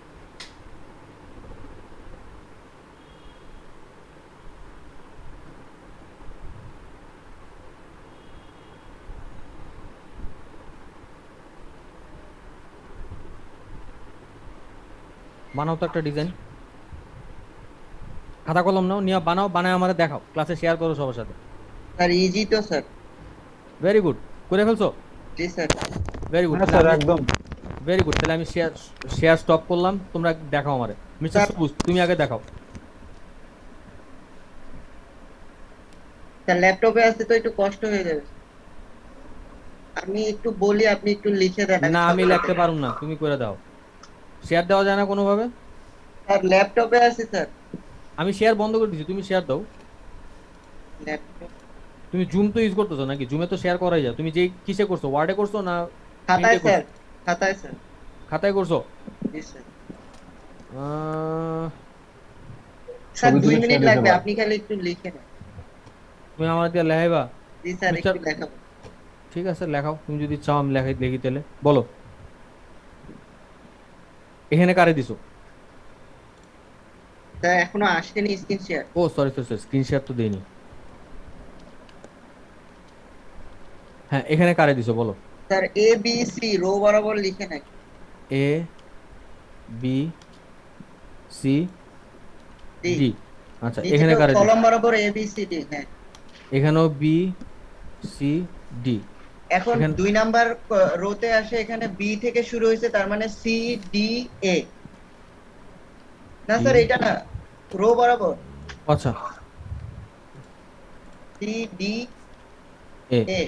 সরি ডি দূর এ। এখানে হবে C D A B. Good, এই পর্যন্ত ঠিক আছে। তারপরে D A B C. A B C. এখানে বি, এখানে স্যার একদম খাপে খাপ মিলছে স্যার। Very good. মানে তোমরা আমার ডিজাইনটারে টাইনে একটু বড় করছো, এই তো? জি স্যার এটা স্যার আমি মনে মনে করে ফেলছি স্যার। তোমরা মনে মনে করতে কইনি, আমি কইছিলাম খাতা কলমে করতে। এনিওয়ে তাহলে 4x4 এলএসডি ডিজাইন তোমরা করতে পারছো, very good, thank you very much. তাহলে সিমিলারলি 5x5 করতে পারবে না? প্যাটার্ন কি এটাই? প্যাটার্ন তাহলে তুমি চেঞ্জ করতে পারো, তুমি চাইলে অন্য কিছু দিয়ে শুরু করতে পারো, যেমন ইচ্ছা করতে পারো। শর্ত খালি একটাই, তোমার শর্ত দুইটা। এক, যে আমার এখানে রো কলাম এবং ট্রিটমেন্টের সংখ্যা সমান হতে পারবে, এবং কোনো ট্রিটমেন্টই একটা রো বা একটা কলামে একবারের বেশি আসতে পারবে না। তুমি কেমনে দিবে এটা তোমার ইচ্ছা। ফর এক্সাম্পল এই টেবিল যেটা আছে এটা যদি ইনভার্স করে দিই তাহলেও কি এটা আরেকটা এলএসডি হবে না? দেখো তো। হ্যাঁ স্যার, কারণ ইনভার্স করে দিলেও তো হওয়ার কথা। ওকে, তাহলে আমার সিলেবাস আপাতত এখানেই শেষ। পেয়ার টি টেস্ট তোমাদের গত ক্লাসে আমি বলছিলাম, এটাতে আর ফার্দার যাব না। আচ্ছা, 1 ওয়ে অ্যানোভা এবং 2 ওয়ে অ্যানোভা এটা তোমাদের এই লেভেলের দরকার নেই। আমি জাস্ট তোমাদেরকে বেসিক আইডিয়াটা দেওয়ার জন্য আমার স্লাইডে রেখে দিছি। এটা তোমাদের যখন লাগবে এখানে জাস্ট বেসিক কথাগুলো আছে, এর চেয়ে বেশি কিছু না। স্ট্যাটিস্টিক্যাল মডেলগুলো কেমন হয় সেটাও আমি তোমাদের এখানে কিছুটা আইডিয়া দিছি। 1 ওয়ে অ্যানোভার জন্যও দিছি, 2 ওয়ে অ্যানোভার জন্যও দিছি। এটা যখন লাগবে আমার সাথে তখন প্রয়োজনে যোগাযোগ করো। আর যদি আমার অ্যাকচুয়ালি আমাকেও লাগবে না তোমাদের, যখন তোমাদের এগুলো নিয়ে যখন কাজ করবে এগুলো তোমাদের খুব একটা লাগেও না। তোমাদের আমি আগেই বলছি তোমাদের সাবজেক্টে এরকম হায়ার লেভেলের জিনিসপত্রের অ্যাপ্লিকেশন খুবই কম করা হয়। আমি আশা করি তোমরা একসময় পড়বা। হোয়াটএভার, তোমাদের সুবিধার জন্য আমি এখানে কিছু লিঙ্ক দিয়ে দিছি যে এক্সেলে কীভাবে অ্যানোভার কম্পিউটেশন করতে হয়, অ্যানোভার অ্যানালাইসিস করতে হয়, এসপিসিসি কিভাবে করতে এই লিঙ্ক দুইটাতে গেলে পাবা। আর এক্সপেরিমেন্টাল ডিজাইনের জন্য শুধু এক্সপেরিমেন্টাল ডিজাইনের জন্য আজকের টপিকটার জন্য আমি 2টা বইয়ের লিঙ্ক দিছি, এই 2টা বই ফ্রি, অনলাইন থেকে নামায় তোমরা চেক করতে পারবে। ঠিক আছে, পারা যাবে না তাহলে ইনশাল্লাহ? হ্যাঁ স্যার ইনশাল্লাহ। ভেরি গুড, তাহলে আমার আজকের ক্লাস এখানেই শেষ। আচ্ছা এখন তাহলে বলি, আমরা আগামী ক্লাসে একটা ক্লাসই করব সম্ভবত, আগামী ক্লাসে একটা রিভিউ ক্লাস করব এবং ক্লাসটা একটু বড় হবে। আমি সম্ভবত একটা 2 ঘন্টার বোধহয় হবে না, আড়াই ঘন্টা বা 3 ঘন্টার একটা ক্লাস হবে আগামী সপ্তাহে। তো তোমাদের প্রত্যেক সপ্তাহে ক্লাস কয়টা থাকে? তোমাদের কি প্রত্যেক দিনই ক্লাস থাকে? প্রত্যেক দিনই থাকে। আচ্ছা তাহলে ইনশাল্লাহ আগামী বুধবারই ক্লাস হবে। তো ক্লাসটা কতক্ষণ হবে আমি পরে জানাই দিব। ক্লাসটা খুব ভালো চান্স আছে 10টা থেকে শুরু করে 1টা পর্যন্ত হওয়ার। এটা হয়তো 3 ঘন্টা লাগতে পারে, আর হয়তো আড়াই ঘন্টাও লাগতে পারে। তো তোমরা মেন্টালি প্রিপেয়ার থাকো যে ক্লাসটা 10টা থেকে 1টা পর্যন্ত 3 ঘন্টার ক্লাস হবে, এবং ওইটা করে আমি তোমাদের সাথে এখানেই ক্লোজ করে ফেলবো, আমি আর ফার্দার যাবো না। ওকে?